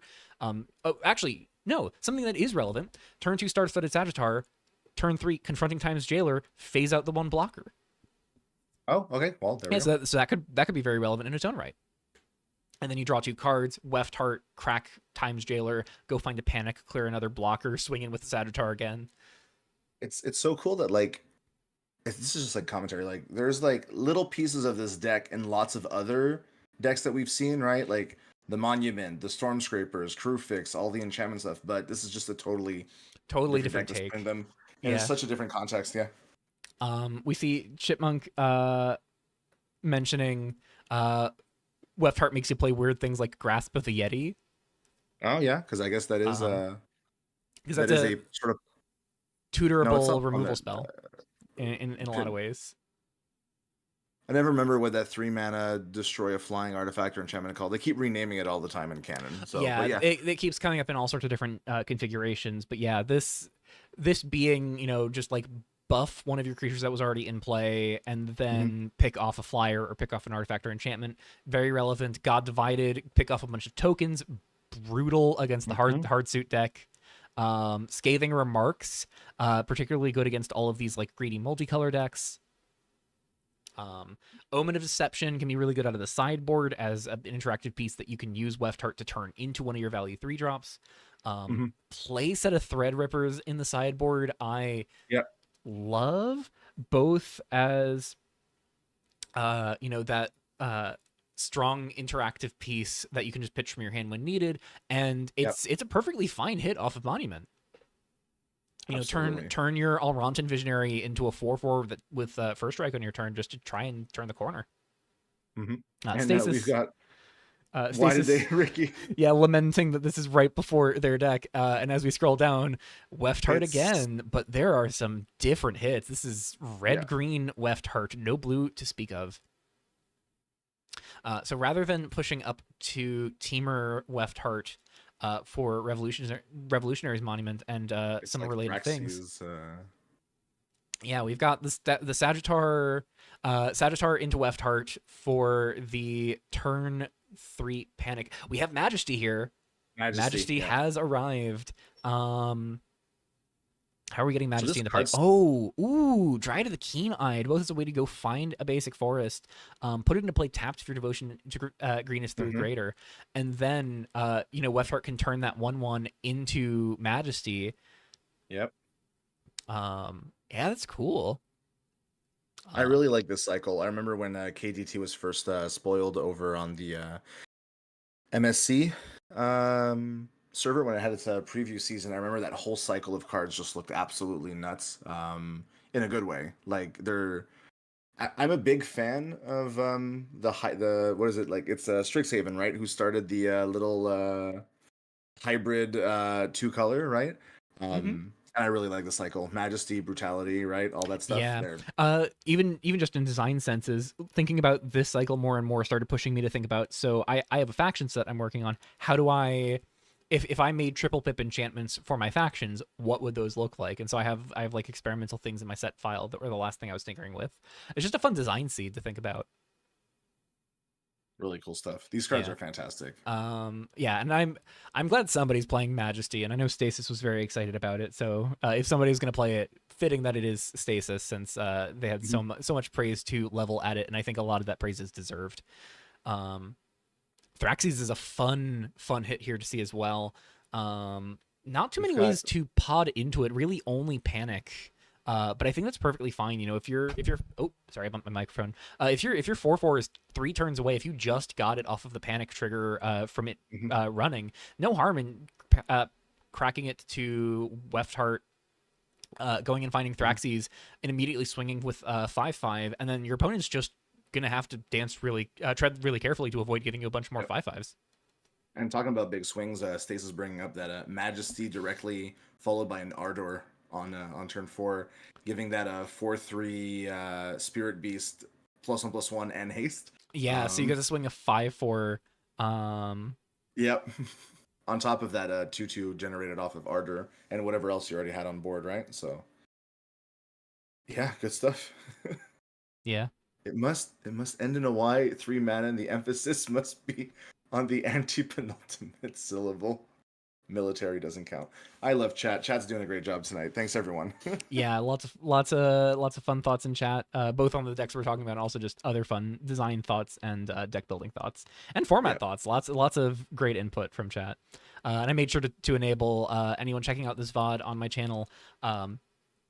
Chat should be preserved, so all of your nonsense you're saying is recorded for all of time, forever. But Fantastic. it is my first few streams. My first time I think I ever did a stream like this, I streamed on. I forget specifically where I streamed. I think I streamed on Twitch, but my Twitch? concern was when I uploaded the VOD, there was no way to record the context of chat. Oh, that's not as fun. So because I don't really want to put chat on screen because I don't want to obscure the cards or the deck lists. Yep. And so this just kind of works out that YouTube gets to preserve the chat in that regard. So that's great. And Stasis with a very, very wide sideboard. End of Mutations is a 2 of 1 Vasilisa, 2 Rejuvenation Session. I love. one disestablishmentarianism, two crumbling tower to go with the one in main, one a god divided, one grasp of the Yeti, one Grasp soul of the Yeti guide, is back. yeah, Yep. one soul guide lantern as one of the few non-enchantments, two primordial gateway, And uh, two faces. and two Yeah. faces of the faceless. Yeah, lots of Good good diversity stuff. there. Yeah. Good diversity in the like hate artifacts. Primordial Gateway, I always feel hard. I feel hard pressed to justify including it, but man, like shut off Calamity Cat, Hmm. puzzle box tokens with Mourning, shut off these Smiling Sludge decks, these treasure sack decks with Oblation. Turn off Life Hacker, I guess, with Prayer. Um, all very good. Yeah. Alrighty. We've got two left, one of which I'm familiar with because it's the deck that I played against in League. So Yeah, and one I think is going to inspire some love from Stasis, because I know Stasis has been ringing the bell about Whirring Inspector for a while. Esper Tempo. it felt good. Um, Whirring Inspector felt pretty good. And I forgot it had flying when it was first cast. I'm like, wow, this card looks great. And then PTM declared an attack, and I'm like, I can't even block it. yeah, it's in my mind, it is so easy for me to compare this to Vendilion Click out of Cannon. Yep. Yep. A little more fragile in the typing, gets hit by artifact hate, but is more sturdy on the stat line. It's also that flexibility of being able to hit something on board, right? Yeah, Because it can you get also, to hit something on yeah. board, take it away until your next turn. One of the big things that I know Stasis really loves, but we don't see it here, is it's very good with some of the cheap blessing creatures out Hmm. of Theros Age of Trax. Oracle of Zakros, you can play its Ocular Insight blessing for a single mana, then Whirring Inspector, flicker that away, and then it comes back as the full Oracle of Zakros. Oh, hey, Stasis dropping some secret lore there. The comparison to Vendilion Click is intentional. Vendilion Click is Stasis Bot's favorite card, and part of the reason why the factions are called clicks. I feel like some part of that feels familiar to me. There was a very, very brief window, like 2 years back, where I signed on to be to be a collaborator on the set's development. I did not last long in that role, but Well, I still have so much love for Clicks and Island, and I feel like there's a uh, part of me that is like, I don't think I knew the full context there. So that's really cool. well, if ever we do a Revolution trivia night, that's one for the books. Yeah, mark that down. If ever anybody wants to do Revolution trivia, wants to do like a Revolution game show, maybe I'll have to write that down. I've got It's I've we could, I've got the we, content at venue. We both got the content venue. Either of us could take that role. yep. Um, but yeah, like Ignited Soul, Aphani's Reveler, I have been liking more and more as I've seen it come up. Just 3/3 menace lifelink in a Yeah. lot of cases is really good at both I think pressuring there's the some opponent. changes. PTM can obviously correct me in the future if it's wrong, but I got a feeling like I think some of the cards, the list was retuned after I played against it because I think the amount of removal either went up, but I don't remember seeing Aphani's Reveler in the match that I played. But in the match that I got to spectate afterwards, Reveler was definitely doing some work. So Yeah, this card, I've been very hesitant on it for a while, especially last season when the like graveyard control decks were everywhere. And mhm. even as like non-graveyard control decks were cropping up, it was stuff like Lightspeed Launcher, where it was graveyard tempo and graveyard mid-range. And so it felt like it was really hard to justify wanting something that milled the opponent. Um, It's what I like about it is it's a 1/2 menace, right, on turn one. And that yeah, scrapyard mecha really just cares about the number of things that punch your opponent. So even if you're not getting it to a 3/3 lifelink, yeah. the fact that it's got that 2 toughness, making it pretty good against a lot of these like 1/1 tokens lying around, but also the menace being able to, get through, same as Ignited Soul, um, and Yeah. the Whirring Inspectors and stuff, yeah. I mentioned earlier with Tomas, I think Tomas is like my dream scenario winner of this tournament, just because I think the Stratostorm deck is such a fun, wild coalescence of what this first month looks like. Yeah. I love this deck, and I think the only reason I'm rooting against PTM is if anybody's gonna promo Scrapyard Mech, I want it to be me. I love this card so much. The card felt really, really good in the matchups that I saw. It was Yeah, definitely like a much kill. I was super happy to throw. I think I had to throw two 3/1 cyborg tokens at it, because I'm like, I can't leave this thing around. Like the amount of cards that PTM is going to draw off of it is like absolutely absurd. Yeah, Um, Stasis mentioning just waiting until I see the yeah, scrapyard mecha. Believe me, Stasis, I didn't see it originally, but the moment you exclaimed it in chat, I saw it and I was like, oh no, this might take the crown as my favorite deck after all. I like it a lot. I love scrapyard mecha and love a lot of this like solid tempo-y stuff. Agent of Hmm. Deception. I mean, like the first GP I did on the recorded on this channel was blue black mecha tempo. It has changed a lot. There are a lot of things that have had to shift with this kind of strategy, but I just it's such a soft spot in my heart for scrapyard mecha Yeah. and these like tempo aggressive shells with like ignited soul, agent of Hmm. deception. Exorcist of Errors is just a match made in heaven for this deck. Preemption Daemon seems really great in this deck as well. Hmm. We finally see Deft Deflection. Yep. So And many things to finally, love. it's also the sideboard has the single copy of Absentia in the entire GP. Yeah. I'm surprised to see so few of it, but I think we haven't seen a ton of Right? Duress either. Well, we've seen some, not quite as much. There's apparently 8 decks are on duress, so like still a Okay. decent Yeah, amount it's still a in decent terms of amount. Like max. eight out of 28. That's But 1-7? yeah, I don't know. Or not one Absentia, and seven. like That's bad math. 4 in 14, 2-7. 2-7 decks on Duress is not nothing. yeah, and Absentia hitting mana value 2 or less or a card in the graveyard means it's got a pretty good fill case. And it exiles. There's so much stuff at mana value 2 or less right now. I think that's doing really well. So yeah, I don't know. It's a card that I remember seeing in the sideboards before. I was like, oh, I'm sure we'll see more of that. And Yeah. no, just one It copy. might be a case of folks are just so enamored by the fact that we finally have Duress after like what 2 years without it. When was it last? It was in It rotated out in Hyperpop, I Secrets believe. or Hyperpop? Oh, okay. Yeah. So it rotated out when we got Hyperpop because I believe it was in Secrets of Secrets the of the River River City. Cities. Yeah, the Um, Liliana printing. Yeah.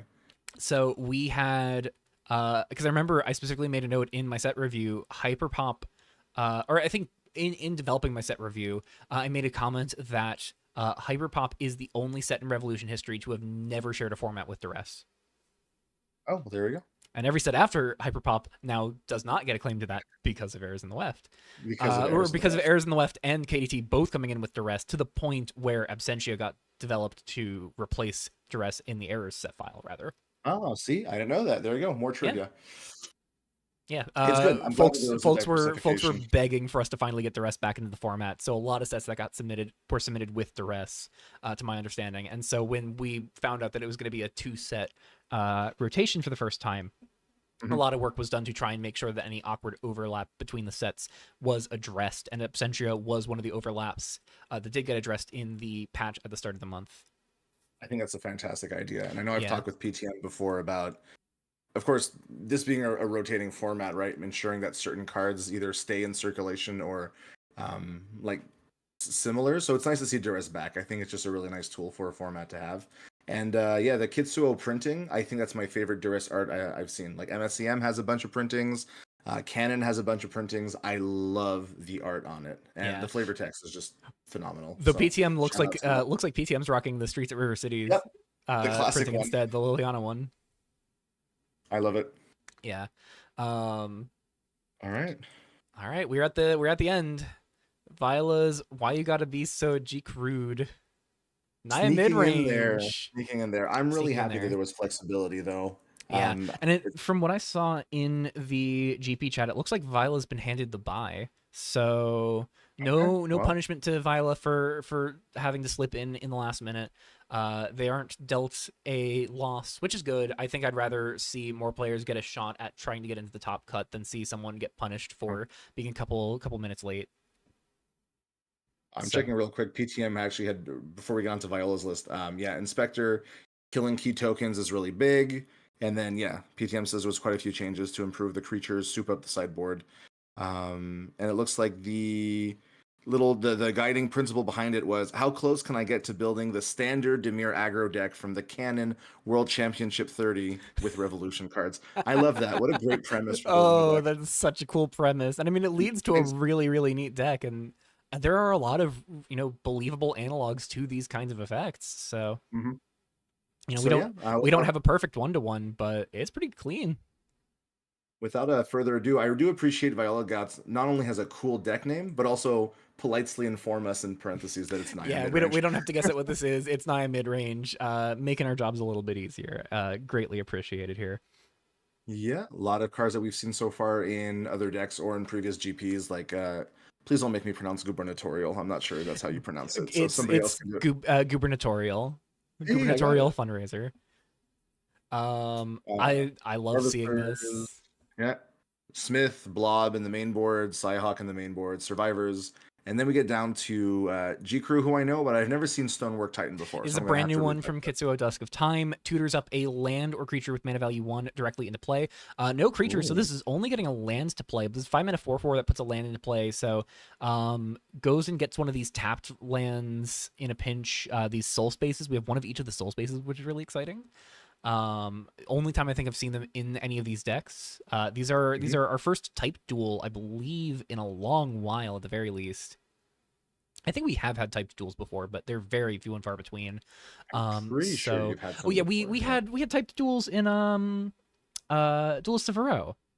Yeah, that's what I was remembering because you Yeah. had they were reprints from MSCM. It was the Czech duels, right? I Yeah, believe the they're the Czech. check Yeah. duels. And so I think I was very down on the soul spaces in the patch notes.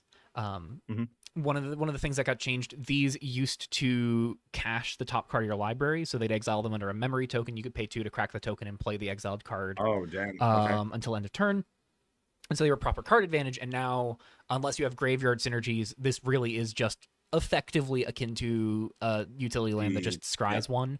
The yeah. surveil, better than scry in most cases, but I don't really see much in the way of graveyard synergies outside of Abominable Avalanche. So not a whole lot of leverage on the surveil there. But I think I was overly harsh on the soul spaces in my patch notes coverage, in part because Mhm, I knew what they used to be, and so that colored my opinion on these going into this. mhm. Coupling that with um, just my general thoughts that I think the Cliques of Nylon tap lands that you can pay for and pledge, and you don't have to tap them to do so. I feel like those are a general better mana outlet because even if they can't be activated at instant speed, you don't have to tap the land to do Yeah, so. Whereas the soul spaces functionally are going to cost you 5 total mana, yeah. since you don't get to tap them for the mana to do that surveil.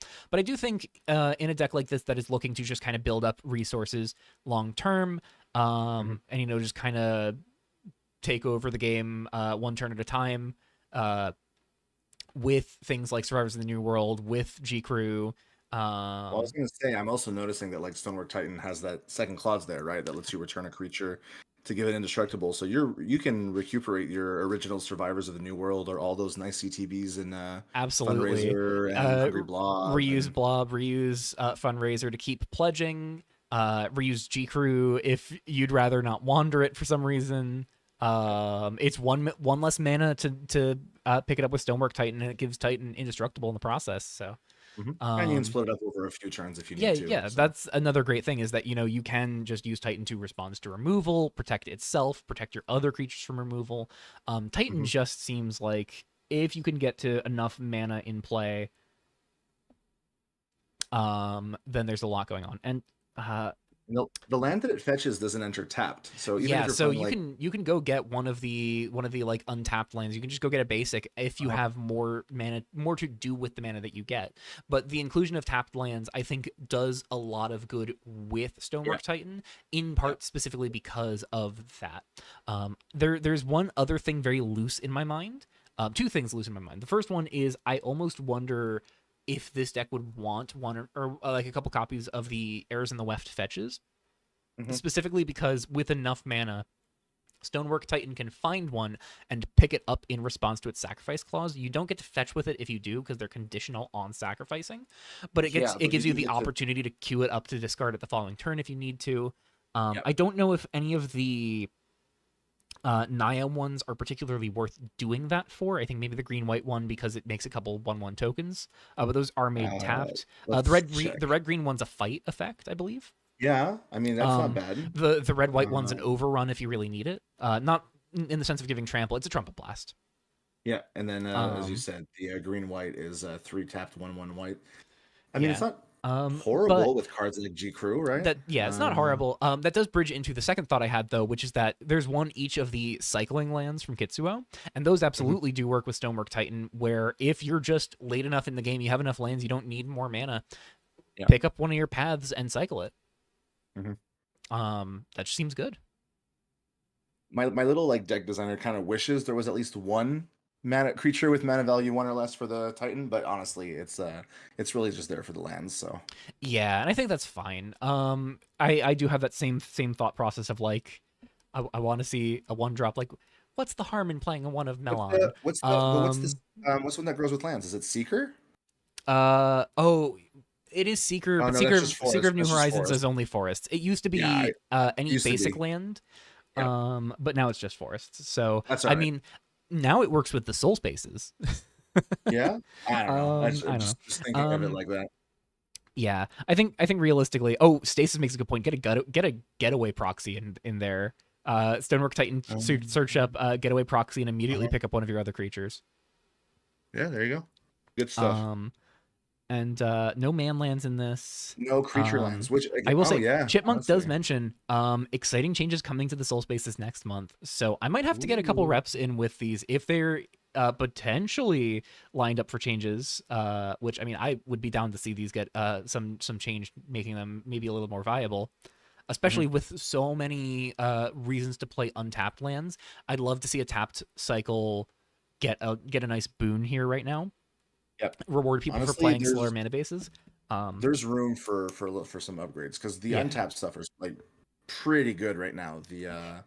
The paths, the primal fissure, temple of origins, like they're feeling pretty good. So yeah, I wouldn't say no to seeing these tapped lands like the soul spaces get a little juiced. Oh, Chip has clarified what the buffs is. They're getting flavor text, and I do Are we remember the blue are, black one and only the blue black one gained flavor text because they got to shave off a lot of text for the reminder text that came with caching a card.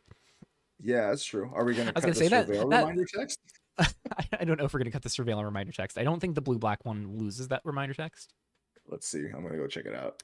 It didn't. Yeah, but Okay. I do remember noticing that one picked up reminder text or flavor text and the rest did not. That's a fun buff. I was gonna say like there was a brief moment of me where that was like, that's really early to be buffing the soul spaces, but okay, sure, I'm on board for that. But We'll yeah, take no, it. We'll getting take flavor it. text that's its own buff. That's a hell yeah for me. And as far Hey, as you know what? actually tangibly buffing them, one of the great Yeah. things about the current rev cycle, we're seeing the curators experiment with annual buff patches coming in the Yeah, third month of every expand season. So I'm a big fan of that. I yeah, think that's it's nice to throw. It's nice that patch notes don't always have to mean either. Well, obviously for some people it's not disappointment when it's a card that they maybe don't like or they find it oppressive, but it's nice that we can also be, hey, these cards are cool. We want people to play with them. We can juice them up a little more. So yeah. And Kaya makes a good point as well. It's nice for some land cycles to not be constructed ceiling, yeah, gives other sets a absolutely. chance to provide that essentially. And And there like was so much onus on Kitsuo and Errors in the West to meaningfully provide more in the way of dual lands because the last 4 months we've been really scarce in effective dual lands. So I yeah, think getting these slow options and these faster options. Errors in the West already has shocks and the tapped box of the fetches. fetches. Yeah, yeah. As Stasis points out, Kitsuo has the paths. And I think all of those have proven to be valuable in their own right. So the soul space is kind of being the short end of the stick. I think these are still an interesting cycle, and it's cool to see Viola register them, and I'm excited to see them potentially get to do a little bit of surveilling. Um, I do wish this was in a deck that could put their typing to better use, but I think we Mhm. just have. I don't think that's necessarily an indictment of the deck construction by any means. I think that's just a Mhm. case of we don't have things that care about lands types that are super relevant to these tapped lands specifically. Really, Yeah. all we have are the uh, basic lands, or not the basic. We have the land cycling rares from Kitsuo, Mhm. and I don't think you really want to run a soul space in a deck that's running Damn to Hell per se, or No, Welkin Addiction. no, I don't think Um, so either. so we'll see if these come up more in future seasons as their typing matters more. Hmm. But yeah, so that's the last deck in Mirage Yeah, Expo. So we I was gonna say have that's bringing us close to a wrap there. That was yeah, what, 29 29? players. 29 players. It's going to be very interesting. I'm looking over the matchups right now. I could not, for the life of you, for the life of me, tell you what decks matched up against what. There are just so many different decks in this field. I Yeah. recognize a little bit. I see Stasis versus Tomas, so I see Stratustorm versus Mhm. Weft Heart, I believe.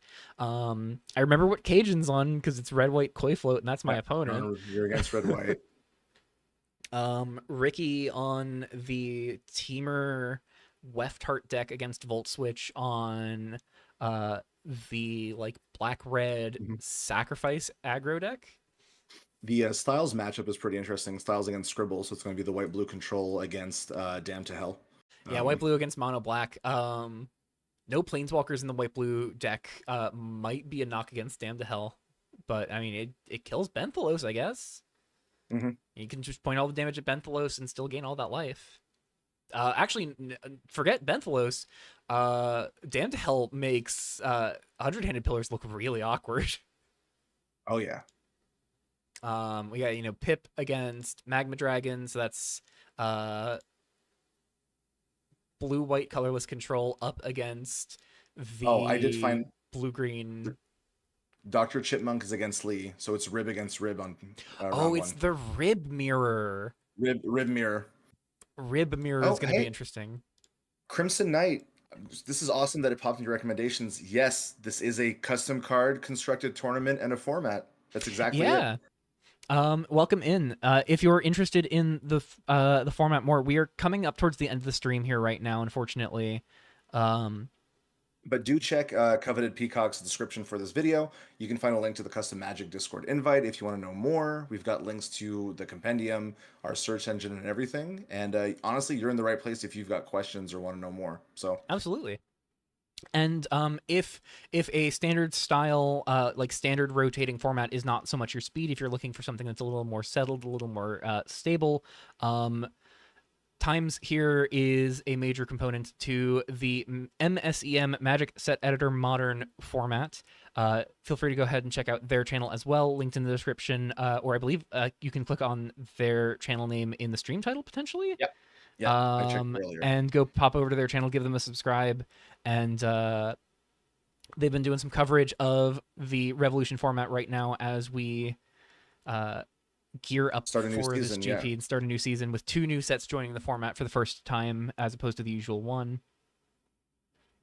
Best time to get into, honestly. Best time to get into it. You did miss Yeah. the tournament by a slight window, but there's still going to be plenty of league play. And like I mentioned much earlier on in the stream, with preparations for the GP out of the way, I'm going to be playing some much dumber things in the league channel. So, how are cards created? AI, crowd submissions, or fan base voting? A lot of the work that folks do to design these cards, there's a very long process for it, but if you check out the Custom Magic Discord, we have a lot of channels for individual projects. Individual designers are making cards, making entire sets.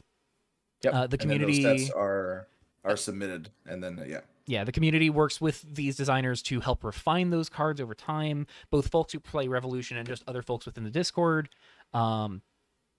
And there's a whole community of people who work on refining these designs, refining these sets. There's the Revolution Curator team who gets to oversee the structure of the format, helps oversee sets getting into the format. And we have a rotation once every 4 months where a community-made set is introduced into the format and the oldest set is rotated out. Yep. Lots of folks providing answers. We got Jack explaining things, Caillou explaining things. I do as well. Thank you very much, guys. Thank you so much to all of you who are helping to explain things to Crimson Knight. it is a community that thrives on creative passion and love for Magic the Gathering in Hmm. all of its fashions, and especially loves uh, and is passionate about experimenting with what the framework of Magic the Gathering can create. Hmm. Uh, as folks just kind of dive into all sorts of weird, wild things. I know right now on the Magic Set Editor, or not the Magic Set Editor, because I'm not too active on the actual Magic Set Editor Discord, but on the Custom Magic Discord, we've got folks working on like a Minecraft cube, a Star Wars cube. We got plenty of custom standard booster style sets with all sorts of different themes. Lots of stuff that's just really, really cool going on right now. We got sci-fi sets, traditional fantasy sets. Um, it's great. It's a great time. It's an Um, amazing community to be a part of, honestly. Absolutely. Having been here and around for over like 8 years now, and more back when it was forums, it's you can't ask for more, right? Like everyone there just absolutely are amazing people and amazing designers, and yeah, whether you're designing or playing, uh, hop on in. We're more than happy to have you. Absolutely. And we've got wonderful constructed formats like Revolution and like Magic Set Editor Modern, run by wonderful stewards like Timespiraled, who really help pull everything together and give us such a fun environment to mess around with. So thank you to everything that you do, Timespiraled, for Magic Set Editor Modern and Custom Magic as a whole. Thank you, and thanks for having me. Honestly, I'm pretty new to Revolution ish, like in the last couple of weeks and stuff. But having been able to do a bit of a deep dive, I'm happy that I was able to tag along on your on the decklist stream. So I'm sure you're going to see much more Revolution content coming on the channel. I mean, we even changed the name. It used to be just called MSCM, but I figured I wanted something a little more indicative of what I wanted to do. So custom cardboard it is. I'll really be focusing on Revolution, I think, for this month and maybe the next month for the season, and then we'll see where we go from there. So. Yeah. Thank you so much for hopping in. This was a blast to co-stream with you. Um, Absolutely. and I can't wait to dig my heels into this tournament. So, for folks who are unfamiliar, I am going to be uploading my run of all of this as we go on. So the next video you should expect to see on this channel is going to be my deck tech for my deck in this tournament, my full thoughts Mhm. on what I'm bringing, why I'm bringing it. Um, I Yeah. am actually jaw dropped that I'm the only one on Looter Stompy on anything red green counters. I was so certain that somebody else was going to bring it, and I think the only reason I'm the only one is because Provocative wasn't available to play. Well, look, you're gonna put up that deck tech, and everyone's gonna be on it, right? And So everyone's going to be on it. And the best part of putting up my deck tech is that I get to explain my sideboard slots, so my opponent knows exactly what I'm boarding in.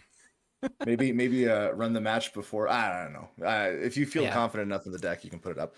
But Oh no, speaking of, I always put the deck list up as the deck review up as soon as I can. oh well, there you go. Well, hey, Yeah. speaking of deck techs and matches, putting it out there Friday, Saturday. I have time. If any of you are playing your matches and would like to be featured or recorded, don't be afraid to use the @ commentary. If I'm available, I'll be more than happy to do a recording.